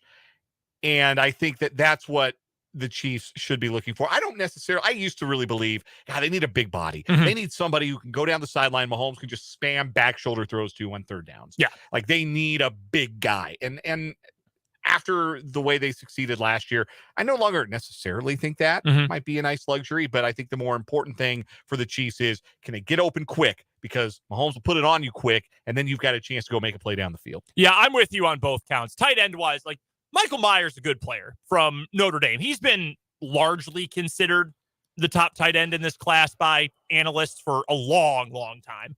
But I think if you're the Chiefs and you're looking for a specific fit for your offense and your needs, I think Kincaid is the best fit. And I don't know if I buy into what I've seen from some people that, he could be the next Kelsey, because there's no next Kelsey. Like, it'd be the next, the first whoever else. Kelsey is one of one as a tight end, at least in the modern NFL. But I think the way Kincaid catches the ball, the moves he makes in space are reminiscent of what we have seen in the career of Travis Kelce. The wiggle is what it gets called all the time. And you don't usually think of that when you talk about a football player, but when you see Kelce move in space, you think, yeah, that is a good word for him. The way he's able to get off the line, the way he's able to move with the ball in his hands. I think Kincaid is really the number one pick, number one option in regard to that. And Matt in the YouTube comments, I think this is spot on. He says, Chiefs fans will compare every tight end they recruit to Travis Kelce. Yeah, that's probably true. And any, draft people will say, oh, well, they're getting a tight end. What about Travis Kelce? Wide receiver wise, I'm with you. I think it wouldn't hurt to get a bigger body, to get a bigger target, a true X receiver, a boundary guy. But I think if you can find guys who can get open, that Mahomes is going to make the throw no matter where. Like, you don't necessarily need the in case of emergency, throw a jump ball guy. You need get open because Mahomes will throw you the ball. It doesn't matter if he's on the left, you're on the right, or vice versa, or how deep you are, how close you are. He'll find a way to get you the ball. So to me, and I don't know that he will get all the way to 31, but if he's in the mid-20s, the guy I would still trade up for would be Jordan Addison. He is such a precise route runner. He's got good top-end speed. He's my number one guy. I know Jackson Smith-Njigba's a stud, and I think he will be a stud in the NFL. But I just love Jordan Addison's game. I think he'd be an awesome fit in this Chiefs offense. Staying on the offensive side, offensive tackle. What's your, just in general, what are you looking for a tackle, and what do you think fits this Chiefs team the best? I think that at the tackle spot, we've seen that the Chiefs still kind of value strength. I think that's been the biggest thing, more so than maybe speed or athleticism. They targeted Orlando Brown Jr. for a reason, right? Like, he's just a strong dude. He can keep you off of his quarterback. Was susceptible, not a perfect player, susceptible to that speed rush, that outside rush at times. Yep. But sometimes if somebody's going to try and get around you, as long as you give Mahomes enough time on that speed rush, then Mahomes is going to do what he does. So I think it feels like size and strength are maybe more prized by the Chiefs than athletics. And that's why Darnell Wright feels like a fit. I know he's turned up in some mock drafts for the Chiefs, with the Chiefs even trading up to get him in a mock draft or two that I've seen. That to me it would be where their priorities would seem to lie at that spot. It's interesting because I think the logic there I absolutely agree with. And I think that fits what the Chiefs have done with the rest of their line. I mean, Creed Humphrey's a mauler. Trey Smith is a mauler. Your other guard, Joe Tooney, mauler. Juwan Taylor's a big physical dude. I think it would fit to go with, again, bigger, stronger at that spot. But also, when you consider, what was one of the big faults in the pass blocking for Orlando Brown Jr., you could get him with the speed rush. You could get around the edge and beat him to the spot, and that's how you could create pressure on his side. Maybe the Chiefs see that, and while left tackle is short up, they say, well, let's make sure we've got someone who's a quicker athlete, who's a little more quick twitch, who maybe doesn't have quite the same size, but we know he can get off the ball, get to his spot, and keep that right side protected. And I don't know what it would end up being. I could see an argument for either one of those. And again, that's probably a spot where you're happy one way or the other as long as you get a good player, but I'm sure they're specifically angling for one of those. And maybe it is the fit. You want bigger size to match the rest of that line. The last one, and I think this is probably the easiest one to get to, that's why I saved it for last, the edge rusher. Because, well, yeah, you'd like a guy who can be on the field for every down and shore up the outside against the run and also be able to get after the quarterback for 10 sacks a year. Duh. But I think the Chiefs have made it pretty clear, as long as you've got bulk and you've got size, Frank Clark was a big dude, obviously not there anymore. George Karlaftis, big dude. Mike Dana, versatile, but has some heft to him. I think it's pretty obvious what the Chiefs want to target there. And it's, if you've got size, we're going to be interested in you, whatever your other traits might be. Yeah. And it's not just size too. The scouting term is bend. Yes. Like the ability to convert that size into speed and get it going downhill and around the corner. That was Karlaftis' big trait. Yeah, that's exactly that's his thing. So he's probably, I hesitate to call it a second-year player with like 5 career sacks or 6 or however many he ended up with last year. You hesitate to call him like the blueprint type of player, but I do feel like he fits a mold, and Frank Clark fit a mold, and that's why the Chiefs wanted to get him, and that whatever edge the Chiefs might look at in this draft will probably fit a pretty similar mold as well. Karlaftis' rookie year, played and started all 17 games, 6 sacks, tons of pressures. A lot of those sacks came in the back half of the year. And you could get that out of a rookie again, because you imagine Karlaftis will take another step forward this year. You could get that out of a rookie again. That's a home run, 100% home run.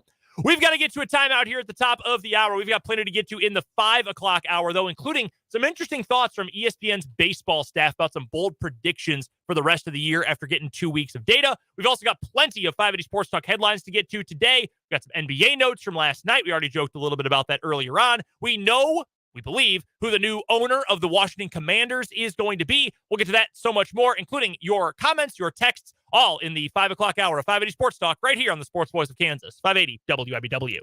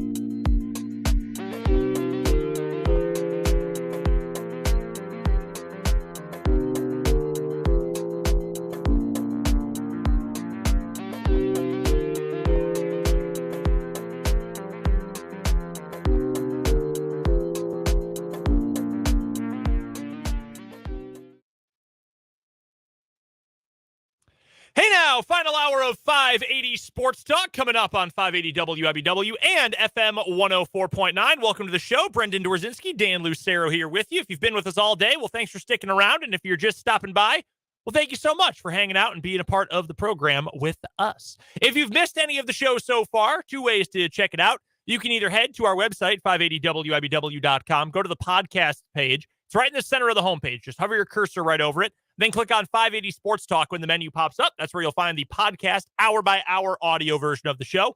Or you can head to our our YouTube channel, Sports on 580 WIBW. You can watch the show live on the stream, or you can rewind the stream. Go back to any part of the show that we've been through so far already, including when it was really funny when Dan punched a microphone earlier. I punched a microphone. When Fulton was in for crosstalk and it got a little bit wild. It was an accident. It was very funny, though, regardless.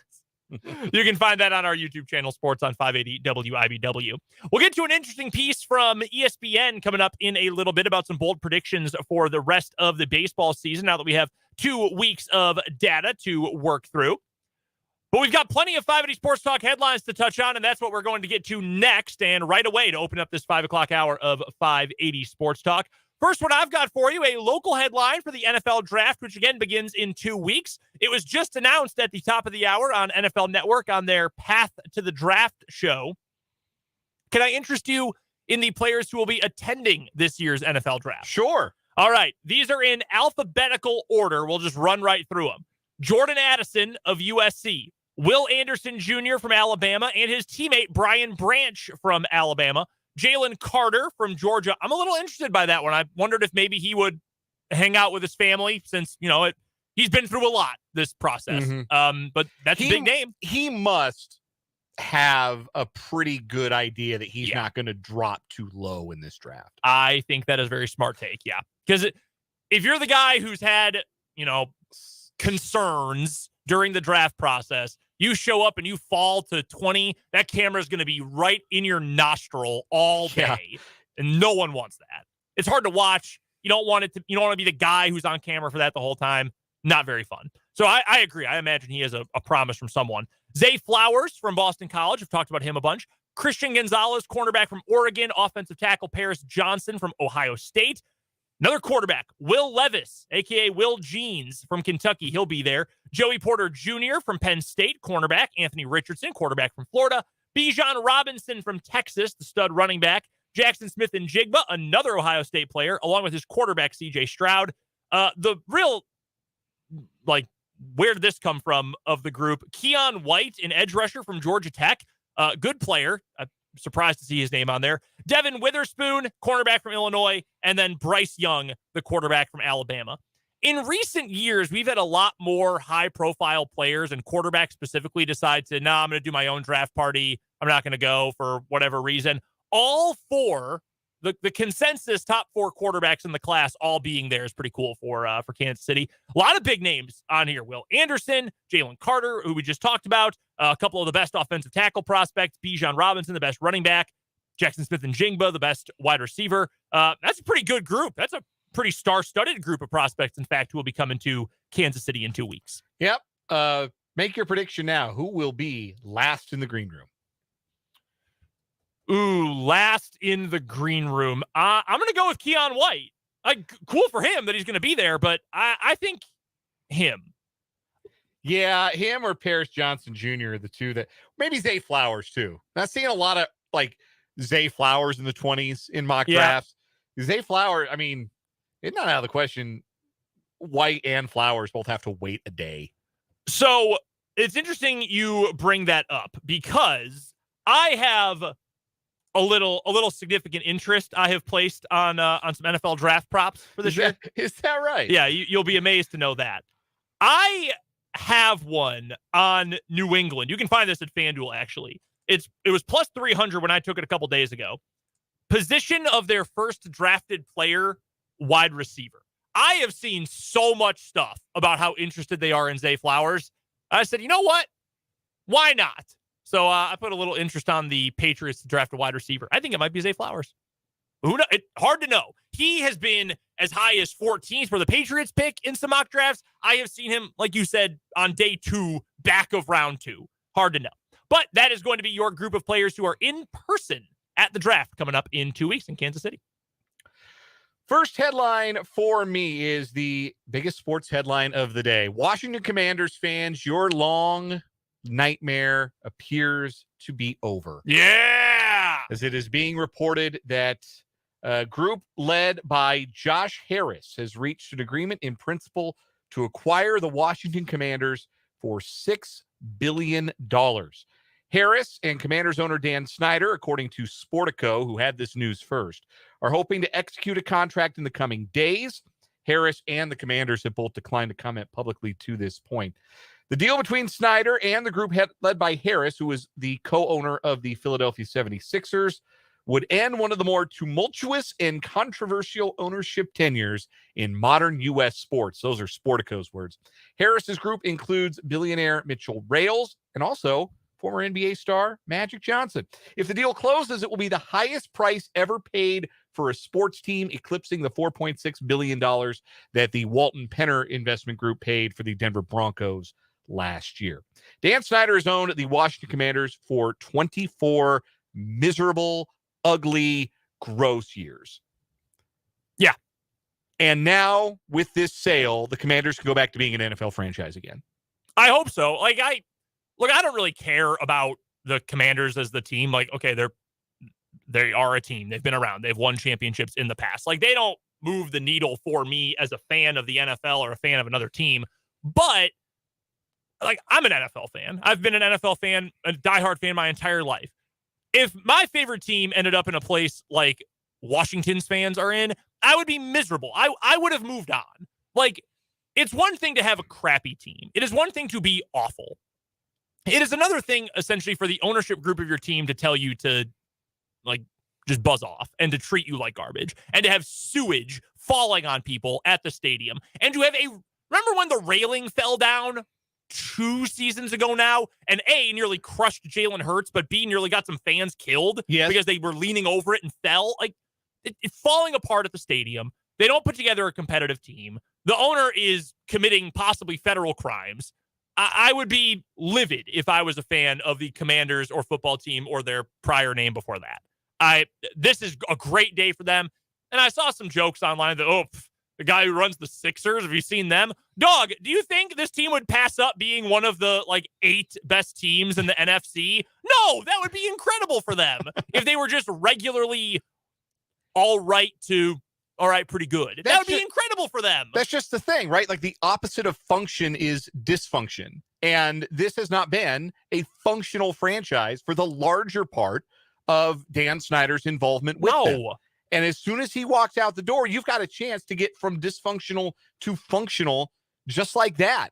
And I got to believe, too, that the ownership and everything that has gone on around the organization off the field has created a cloud that has probably made it pretty unpleasant for employees of the Commanders, the players and on-field staff of the Commanders, and fans of the Commanders to really sort of enjoy being affiliated, however loosely, with the Commanders. Like, this is like getting a fresh coat of paint for a proud organization with a lot of really great history. Mm-hmm. And hopefully, this is the start of something to kind of to bring them back to being functional. A little bit more about the new owner, Harris. Josh Harris grew up in the D.C. area. He's a co-founder of something called Apollo Global Management, which sounds fake. Yes, it sounds like something a supervillain would possibly run. Harris Blitzer Sports and Entertainment is his sports portfolio. They own the 76ers, the New Jersey Devils of the NHL, and the building the Devils play in, the Prudential Center in Newark. He's also an investor in Crystal Palace of the English Premier League and was a runner-up in the bidding for both the Broncos and the New York Mets the past few years. He's also presently a minority partner in the Pittsburgh Steelers. He will have to sell that stake. Interestingly enough, he bought that stake from David Tepper when Tepper bought the Panthers in 2018. Interesting. So when the Commanders were initially sold, they were the most valuable sports team in the world because they sold for $800 million.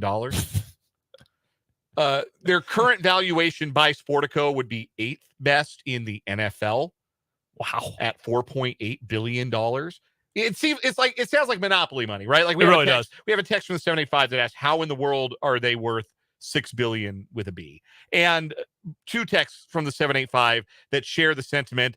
It's really a shame Daniel Snyder gets $6 billion out of this. Yeah, that's kind of the gross part about it. And I'm going to leave the talk about like actual economic principles out of this, but guys like Dan Snyder don't deserve good things like that. Like, you run a team into the ground. You treat fans like garbage. You treat the organization and your employees like let's not forget they're being sued by multiple people for workplace harassment and a negative, toxic workplace and all that. And you get a $6 billion golden parachute. Yeah. Awesome. That's the thing about being a terrible rich person. Usually your reward to go away is more money. Yeah. By the way, $800 million today would buy, if we're using the price of the Commanders right now, the buying price, that would buy you 13.3% of the team. That's what he paid to buy the entire franchise at the end of the 90s. To give you an idea of just how far things have fallen, when in 2010, so this is not like that far into, Snyder bought the team in 99. In 2010, the average attendance at a Washington game at, I think it was FedEx Field then, as it still is now, 83,172 fans. You know what the average attendance in 2023 was? 53. 58,000, the lowest in the NFL. This franchise has driven people away. Do you know how hard that is to do in the NFL? It's extremely hard. I can't think of another example where that's happened. Where such a passionate and proud and long-lasting fan base has just completely been turned off and turned away from their team. This past season, I was trying to find a way to get to a Packers game because I've never taken Abby to one, and I haven't been to a Packers game in a few years.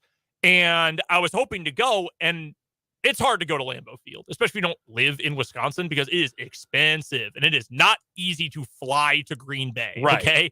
So I thought, well, what are some other alternatives? The cheapest way to go see a game was to fly to Washington, to fly to, I think it was Reagan, and go to a game because tickets were so cheap. And it was all Packers fans at that game. I obviously did not end up going, but that was the cheapest way to go to a game, was to go to Washington, because no Commanders fan wanted to go. It's sad and it sucks if you're a fan, but it's good for them. It's good for the NFL that Dan Snyder is finally going to be out of there. And now with this, officially, we can crown the Las Vegas Raiders as the biggest laughingstock of a franchise in the National Football League. Ooh, that'd be a great like, let's play like stock market. What is the worst franchise in sports We're now? passing the torch to the Raiders in the NFL. Is it the Raiders? Like, as terrible as they are in terms of running a football team, like on the business side, what's their name? The Davis family doesn't have anything other than the Raiders. Right. That's all they have. They're not real liquid. No. I don't know. Like, they've still maintained their passionate fan base. They have, even through their years and years of not really winning anything worthwhile. And also being kind of nomadic. Yes, that too. They still have a fan base that latches on to that silver and black, and that will go to games at Allegiant Stadium and really support that team. The support for the Raiders hasn't fallen off. Like, that's the thing with the Commanders that happened that really hasn't happened anywhere else. People just, we're not gonna waste our time and our money because getting to the stadium sucks, and parking sucks, and public transportation sucks, and the stadium itself sucks. Yeah. And so we're just not going to bother with it anymore. The Raiders still have there's diehards. There's no analog for that. Matt mentions in the YouTube comments, he brings up 2 names. Detroit, Martha Clay Ford's not a good owner, but they've at least got some kind of system there that's working for now. They got some forward momentum going. And they've built a team that's competitive now. He brings up the Browns. The Browns have diehards. The Browns diehards have been through some you-know-what. Yes. It has been ugly. But the one thing that, like, the Raiders or the Lions or these other bad teams, not including the Commanders, because Dan Snyder did commit crimes, those owners have not actively committed federal crimes. Now, again, I'm going to leave the opinion having out of this when it comes to certain economic standpoints.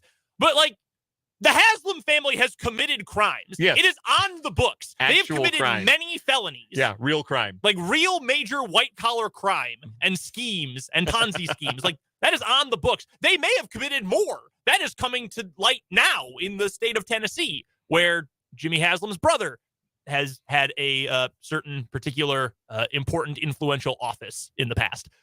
Like, they've committed many crimes. They have signed a quarterback in Deshaun Watson, completely ignoring all of the horrible things that come with that, to a record-setting and albatross contract. And they still stink. They sucked this year. Yeah. They did all that, and they sucked. It might be still the Browns. The Browns were on a trajectory upward, and they gave away all that goodwill and then committed more crime and dug themselves back into a hole. We have a nomination from the 615 on the text line of the Arizona Cardinals. And That's a good one. that is a good one because of what has recently been in the news. And we've talked about it on our headline segment with regard to their owner and the allegations that Michael Bidwill is currently facing from a former employee. Shout out to the 615, by the way, from Tennessee. That's right. Yeah. Yeah, that's a good one. The Cardinals have always had miserable ownership. Oh, that's why they keep moving. Mm-hmm. Because it's not quite like the Raiders, who just have never had money and somehow own an NFL team. Like, the Cardinals can make it work. They just don't, and they just keep scamming town after town after town. And they treat their players badly. The and they treat Bidwills players are like Lyle Landley from the Monorail episode of The Simpsons. Just keep going from town to town. Monorail. I brought pro football to North Haverbrook, and it put them on the map. That's kind of what they are. Yeah, that's a good nomination. The Cardinals have always been that, though. Like, how many good Cardinals teams can you think of in your life? There was the one that went to the Super Bowl. Yeah. And then there was the one in 2015 that pretty much ended because Carson Palmer got hurt. There was the one that beat the Cowboys in the playoffs with Jake Plummer. That's it. That's all I got That's for it you. for my life. Yeah, that's it. And so that's at least 94 for me. Like, they've always been. They've been that since they were the Racine Cardinals in the 20s. They've always been miserable. And they also stole a championship from the Pottsville Maroons. People forget that. Continuing on with our 580 Sports Talk headlines, our daily dose of NBA action, the play-ins from last night. The second game of the evening was a great game between the Oklahoma City Thunder as well as the New Orleans Pelicans. Great game. Thunder end up winning. That's a fun team. They were way ahead of schedule. They won 40 games this year. Their season over-under win total was 23.5.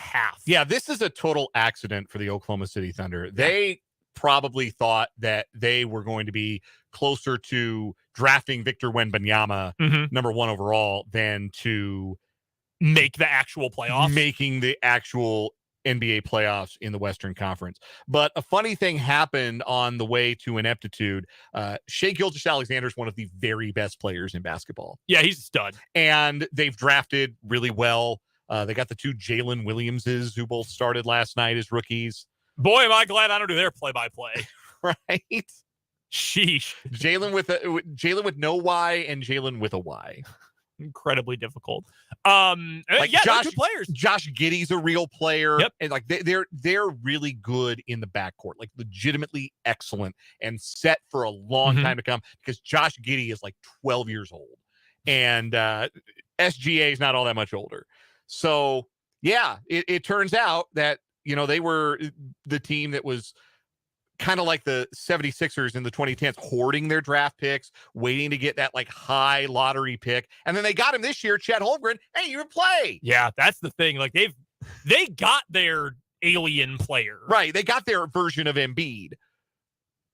And he didn't even play, and they are 1 win against the most dysfunctional on-court franchise still going, the Minnesota Timberwolves, away from the playoffs. Now, they don't have a center, so if they do beat the Timberwolves in 2 nights, Nikola Jokic is going to average a triple-double for that series, and it won't be a very long series. But the Nuggets don't have anybody who can guard SGA, which is not a specific problem to the Denver Nuggets. That's a problem for most teams, because SGA is that dude. Yeah. Yeah, he's a legit NBA future. I mean, I wouldn't call him a superstar at this point, but I think I would. Is he a household name? Like that's what I mean by superstar. Because in terms of talent, yes, he is in that. What was that? You could make an argument he should be a first-team All-NBA guard this year. He averaged 31 a game. No, you can definitely argue that. What was the name of that ESPN Sports Center stupid tournament they did? Who's next? Who's now? Who's now? Yeah. Shea Gilgeous-Alexander. He's now. He's very now. He's there. They used What's Poppin' by Sports T.I. Center popping and everything. Stop it. Yeah. One of the dumbest things ESPN's ever done in terms of programming. Who's now? Who's now? I had forgotten about that. There's a little segment of the book by James Miller about ESPN. Great read, by the way. It's like 800 pages, but it's a great read about Who's Now and all the people he talked to, because the whole book's just oral history. It's just blurbs from various personalities and execs or whatever. Every single person he asked about that said, yeah, this was dumb. This was very stupid, and I don't know why we did it. And it was a bad idea to do it. It's very funny. But my point was going to be that, like, he's really freaking good and is getting to a point where he might be like a true household name kind of player if they continue to ascend. They drafted Chet Holmgren, didn't even get him all year, and I think he's going to be a good player. Giddey's a good player. The Williamses are good players. They did not intend to be there, but you might as well, if you're going to get there, you might as well win, right? Right. If it's already an accident. The first game of the night featured the Bulls and the Raptors essentially playing a different sport. It was not a good game. It was very ugly. Zach LaVine was awesome in the win for the Bulls. And the Raptors should have won by double figures, but they missed 18 free throws. It may be because DeMar DeRozan's daughter screamed every single time they stepped to the line. But they went 18 of 30. How does an NBA team go 18 of 36? That was another college basketball kind of game. I saw, who was it? It wasn't Van Fleet. It was somebody else where the Raptors missed two wide open three-pointers on the same possession. And I thought, oh, yeah. Yeah. We're in my wheelhouse now. That's what Bob Ryan said in a tweet the other day. You've entered my wheelhouse. That's what that game was. When I saw two missed open threes, I thought, oh, yeah. This is Tuesday night in Norman, Oklahoma basketball, and I am ready for it. So the Bulls end up winning. I don't really know that I'm happy about it. I mean, it was cool. It was the most fun I've had watching a Bulls game in a while, mostly because I was making jokes about DeMar's daughter, because that was awesome. They will play the Heat, so it's Jimmy Butler versus his old team, a team that their fan base still wishes Jimmy Butler was a Bull. I do anyway. And then in the West, as Dan mentioned, it'll be Timberwolves versus Thunder for the final playoff spot. No word on whether Rudy Gobert for the Timberwolves, who was suspended for their game against the Lakers, will play for their second play-in game. Gobert told media today that he has back spasms and wouldn't have been able to play against the Lakers if he had been healthy, if he had not been suspended anyway, but he is hoping to feel well enough to play. And the Timberwolves head coach is like, yeah, he's still working through some things at the back. Give me a percentage that Rudy Gobert plays for the Timberwolves next year. Next year? Next year. They owe him so much money, and they traded so much to get him. But, like, it's 100%.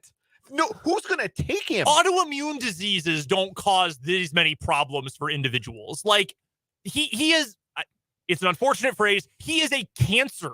He was in Utah. He is already in Minnesota. We shouldn't be surprised. He gave everybody in the league COVID. Can we get a word from the French COVID national is team? Rudy Gobert's fault. Like, logically, like, obviously it didn't come from him, but I kind of like the scenario that it all came from him. It's kind of funny. Makes things a little bit lighter. Like, can we get someone from the French national team to tell us what they think of Rudy? It's also very funny. So the executive that made that trade for the Timberwolves, I don't know what title they gave him this year, but Tim Connolly, longtime executive for the Denver Nuggets, he helped build the Nuggets into kind of what they are today. And over the offseason, he took a job with the Timberwolves. And the first thing he did was send 4 NBA players and 4 draft picks to the Jazz for Rudy Gobert, for the privilege of employing and playing Rudy Gobert. There was a report today that Connolly is looking for a way out of Minnesota. Flim flam man. The NBA, like, it gets joked about how it's a soap opera and you watch it for the off the court stuff, and that's the drama, and that, the fan base is a bunch of teenagers because they're into that kind of thing. But it harms we talked about this the other day at length, but I think it harms the product when you get teams that are just complete jokes. I mean, same thing with the NFL, though. I mean, we were just talking about Washington. Washington is a joke. No one has taken them seriously in 25 years. Like, that can't be good. And you feel bad for the Timberwolves, too, because they might have been onto something had Flip Saunders not passed away, which is, sad and out of their control. Well, the biggest thing, honestly, with regard to Rudy Gobert is that guys in the NBA don't respect him. Not one bit. Nobody respects him. They don't have any respect for him. And it's not like they don't respect him as a person. They don't think he's a good player. Because Which every is time, so funny. So when he helped the Jazz to the playoffs as the number 1 seed in the West a couple of years ago, and then couldn't stay on the floor in the playoffs, just completely played off the court in the postseason. Teams look at him. Before they made the trade, Anthony Edwards last year talked about how much fun it is to dunk on Rudy Gobert. And he made them teammates. People don't respect him because they don't think he's good. They think he's soft. They think he's overrated. They don't think he adds to a team, no matter how many screen assists you count up. Screen assist. That was the big stat among Jazz fans to convince themselves that he was good. Rudy Gobert is a 3-time All-Star, second-team All-NBA, 3-time third-team All-NBA, and is a 3-time Defensive Player of the Year. He is, similarly to how college basketball fans kind of viewed Kerr Kriisa when he went in the transfer portal this year. He led the Pac-12 in assists, but I don't actually think he's any good. Except Rudy Gobert makes millions and millions of dollars and ruined the Timberwolves. 3-time Defensive Player of the Year. My favorite Rudy Gobert anecdote is late in a game against the Nuggets. I think this would have been 2 seasons ago. It was a late game situation, and they were going to double down, give some help to Embiid on Nikola Jokic. And Gobert waved it off. Said, I got him. He's saying, I got him. And Jokic turned to Gobert and said, brother, I have 47. That's very funny. Jokic cooks Gobert every time they play. Yeah, because any amount of actual skill he can't guard. Any other headlines for you? Yeah, one more quick one from Major League Baseball. The Tampa Bay Rays are 13-0, tying an MLB record post-1900 for the most wins to start a season. They rallied from down 3-0 to beat the Red Sox 9-3 this afternoon, playing in front of a crowd of 21,000 at Tropicana Field, the largest since opening day. The Rays set a team record for longest winning streak. They previously had a 12-game streak in June of 2004. It was not all great news for the Rays. Their best starting pitcher, Jeffrey Springs, left 2 pitches into the 4th inning with what the team is calling ulnar neuritis, which is inflammation of the ulnar nerve that causes numbness or weakness. But the Rays would rally against Boston starter Corey Kluber and reliever Richard Blyer in the 5th inning. Brandon Lau homered again. He's got 5 home runs in his last 6 games, and the Rays are 13-0. What a start. Yeah, that is absolutely incredible. And we've got more baseball to talk about. In fact, when we come back on the other side of this break, that does it for our 580 Sports Talk headlines. In fact, we've got a lot of baseball coming up next here on 580 Sports Talk.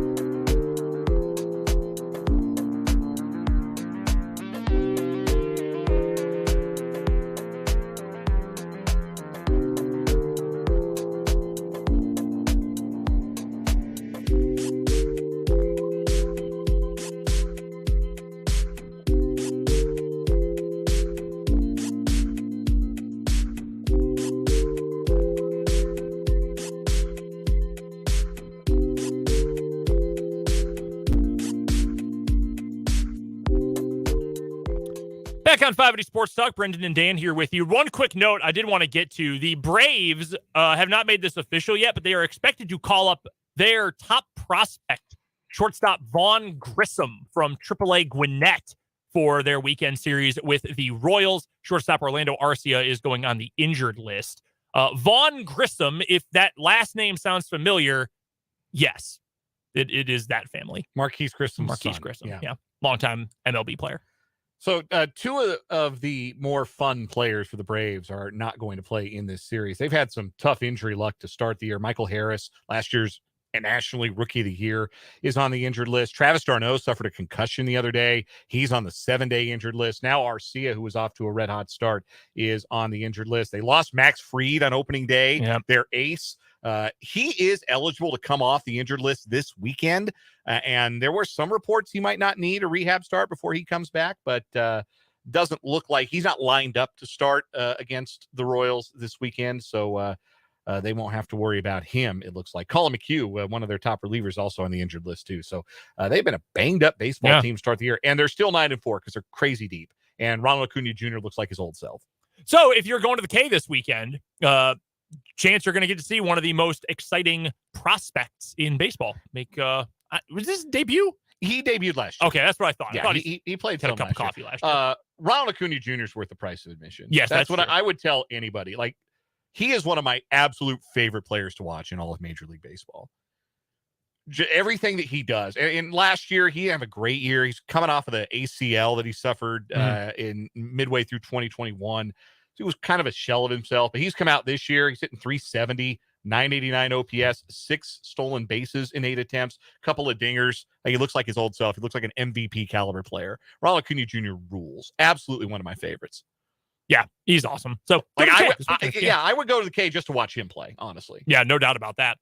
Dan found this earlier today. It is a story from ESPN with 2 weeks of information, 2 weeks of games in the books, some predictions for the rest of the MLB season. They had their whole MLB writer staff contribute, and they had some mild takes. They had some slightly more wild takes. One of them being the Brewers are going to make the playoffs while the Dodgers end up missing the playoffs this year. I know that would make you very excited to watch the Dodgers. It would crumble. amuse me. I have been preying on the Dodgers' downfall for some years now. Meanwhile, as we get to the hotter takes from the bold predictions of this ESPN staff, one includes that the Oakland A's will be the worst team ever. Not just worst team in the league this year, the worst team ever. Lose 121 games? They are pretty awful. The start of why this is a hot take. Yes, the A's are 3-9, but we don't need the standings to tell us that this is not a good baseball team. Do you know what their team ERA was going into today when they gave up 8 runs and a walk-off loss to the Orioles? 7.54. Correct. Okay, I thought I saw that earlier today. Right on the number. Yeah. You obviously saw it today. That's really, really bad, man. Small sample size or not, that's awful. Yeah, it's like name an A's starter. No. I'm not even going to try. I know my limits. I'm not going to try. It's a couple. If you're like a prospect sicko, you're familiar with like Ken Waldachuk or James Caprillion. But, Scott Kazmir. No, although he might be a better option than James Caprillion at this point. So continuing to go down the list of these hot predictions, Alden Gonzalez, his bold prediction is that Shohei Ohtani wins the Cy Young, the Silver Slugger, a Gold Glove, and MVP. I don't know if he's going to win Gold Glove for the pitcher spot. Maybe he will, but he's going to win every award. That'd be sick. Yeah, that'd be awesome. Not going to, I mean, will it happen? Probably not, but would it be awesome? Yeah. He has leveled up as a pitcher. Like, he's throwing this like sweeping breaking ball now and nobody's touching it. He's been a little bit wild in his first 3 outings. 12 walks in 19 innings isn't what you want, but 24 strikeouts sure is. And 6 hits allowed in 19 innings. Like, what do you even do with that? And oh yeah, he's got an OPS of 979, which is best on the team. Pretty good. This one aged like old milk. Jeff Passan says your 2023 AL Cy Young will be Jeffrey Springs. You may have heard that name because Dan literally just told us he got hurt today. Yeah, hopefully he's all right. Other ones, Paul Hembakidis, he goes by Hembo on ESPN. He says Luis Ariz of the Miami Marlins will get 230 hits. That's preposterous. To me, that's absurd. 230 hits, things of that nature. Jesse Rogers He's says, not fast enough. Like, no. when Ichiro got those 250 hits or whatever it was that he got, like, he was super fast. He got a bunch of infield hits. Yeah. Luis Arraez is excellent contact hitter, probably as good a contact hitter as there is in baseball. But he's not fast enough to run out those infield hits you need to put up a truly preposterous number of hits. Yeah, no, I agree with you on that. The other one here, Jesse Rogers says, none of last year's division winners will repeat. I actually really like this one. I think he might be right. So the division winners last year, Yankees, Guardians, Astros, Braves, Cardinals, Dodgers. Cardinals looking a little vulnerable in the Central. Milwaukee's out hot. National League East is going to be hard to win. National League West, the Dodgers are certainly going to be in the mix, but San Diego's a lot better, and Arizona's off to a good start. Houston's kind of off to a middling start in the American League West. Minnesota leads the Central. They're off to a good start. And then, of course, Tampa Bay is doing what they're doing over in the American League East. I don't know if it's going to be all 6, but could we have like 4 or 5 new division winners in a year where I maybe thought the answer could be like 1 or 2? That's certainly possible. That'd be pretty fun. Here are the other ones that are just scorching hot. Aaron Judge has 11 wins above replacement. Would be the first player to do that since Barry Bonds in 2002. And 64 home runs. Don't forget that part. Yeah, 64 home runs. He's got 4 in 12 games if you're counting. Tristan Cockcroft, no disrespect to Tristan, I've never heard this name before in my life. He says the Rangers will be the last AL West team standing in October. Yes, because the big part of his prediction is one that I am also going to make. Okay. Is that he predicts that Shohei Ohtani will be traded, and it will be to the Rangers. I don't think the Angels would trade Ohtani in their division, but if the Angels aren't like firmly in command for a playoff spot by the time July rolls around, I think they will trade Ohtani. What would you? So is that your bold prediction that is for the final 140? Prediction. My bold prediction is that the Angels end up trading Ohtani, or 150, I guess. What would you get for a half a year of Shohei Ohtani? Just like, you know how when you played video games and you would try and like make a trade with a computer, you just keep adding stuff until the green bar went all the way to the end to say, yes, this trade will be accepted. Yes, until it be accepted and you get the player you want. That would be real life. When it comes to Ohtani. Like I would take the phone call if I were, I think it's Billy Epler is the name of the Angels general manager. Yeah. No, sorry, Perry Minasian. It used to be Billy Epler. I think he starts the Mets now. Perry Minasian's their GM. If I'm Perry Minasian, you would have to call me and say, "We'll give you this player and this player and this player, and stop me when you've heard enough." And I don't know, like, I wouldn't get to enough. I don't think there are lots of teams who genuinely could not get to enough unless they started trading their own best current major league players. Like, there's just only but a handful of teams that have the prospect depth to really make it worth the while of the Angels. But at the same time, if the Angels don't think they're going to be able to bring him back, which why would you think he'd want to come back? No, he ain't coming back. If you can't win with him. He ain't coming You can't back. win with him and Mike Trout. You almost have to move him.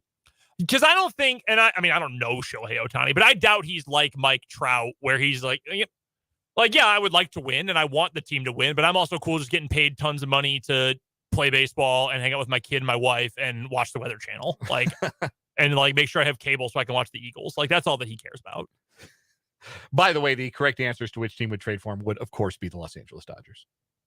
Yeah, that's why they didn't do anything this year. They will give up whatever it takes. They are like they are going to get Shohei. Right now, James Outman, their rookie center fielder, has a OPS over 1,100, and Dustin May has their best ERA at 1.47. And they trade both of those guys plus for Ohtani, and they do it right now. Oh yeah, without flinching. Yeah, they would clean out the lockers for those guys. Be like, yeah, see ya. They already didn't spend any money this offseason, so they could make a run at him next year. Yeah, you may as well just strike get him early now. if you can. Yeah, negotiate early. No, there's no doubt about that. I don't know if I have a bold prediction for. Oh, I take that back. I do have one. The Royals finished the month of September. So I'm not saying the whole season, but they finished the final month of the season with a winning record. Okay. Yeah. They've done that in some of these crappy seasons in recent memory. I think they did it in 2019, yeah. in fact. I'll say they do it again this year. It's the Alcides Escobar month. Not Alcides Escobar. No, Adalberto Mondesi. Adalberto Mondesi, right. Wrong former Royals shortstop. We've got to take another break. We've got more 580 Sports Talk coming up after this.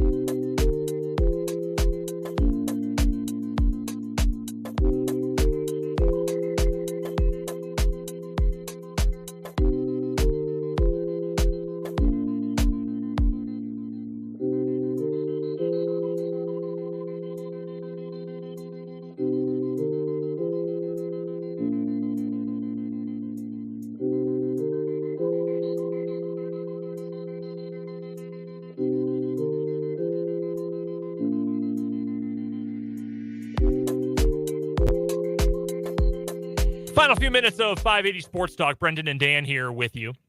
All right, this is more of a random question Tuesday thing, but it just popped up in my group message with my friends from back home.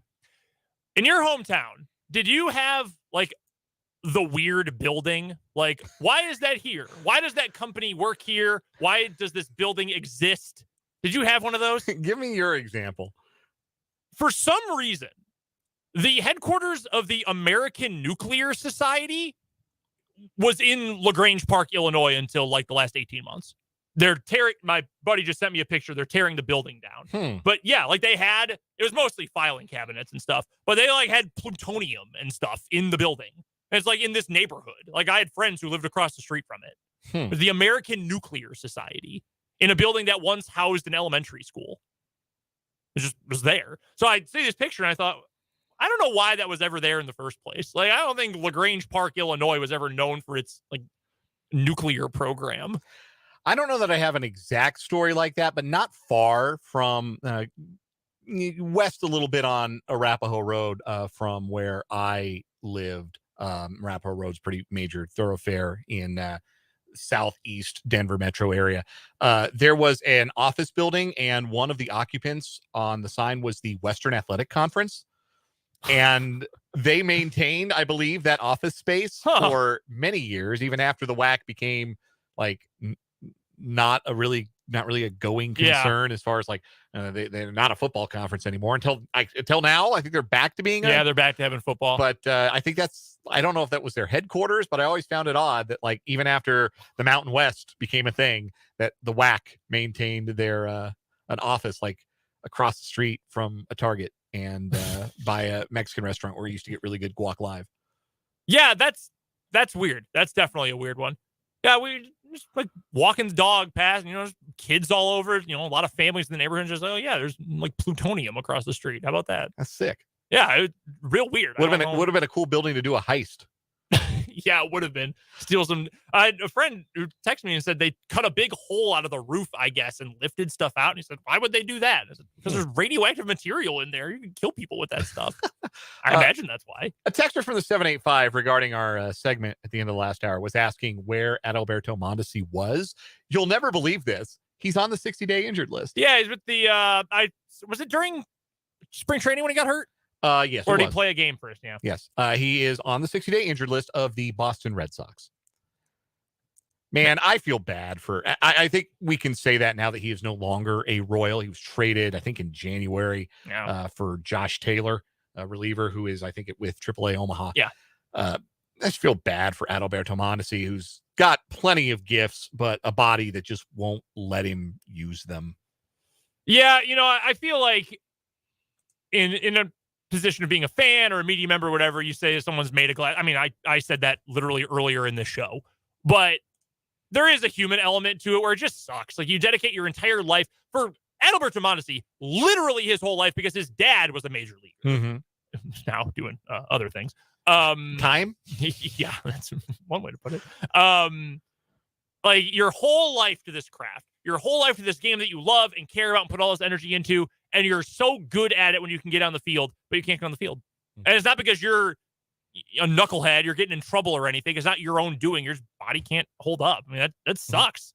Really, really sucks. It's like if I lost my voice and it just never came back. Like that would be awful. I have a better answer for my weird building question. Buckley Air Force Base is not far from where I grew up, and they have these big like radar detection satellites that are covered like a big white dome, like they look like golf balls, like giant golf balls. That's what I used to call them when I was like 4 or 5 years old. The golf balls. So the golf balls, yes. That would be the weird building. Yeah. That's a good one. Matt on YouTube says that there are old missile silos in Wamego and Holton. They actually built Jackson Heights on top of one. Is that right? I didn't know that. And that's fascinating. Jackson Heights' nickname is the Cobras and not like the missiles or the Rockets or something like that? Yeah. I guess we already have Rockets. We have the Roseville Rockets in Kansas. Yeah, you could come up with something else. Something missile-y. We've got to get to a break. We'll come back. We've got the final word after this on 580 Sports Talk.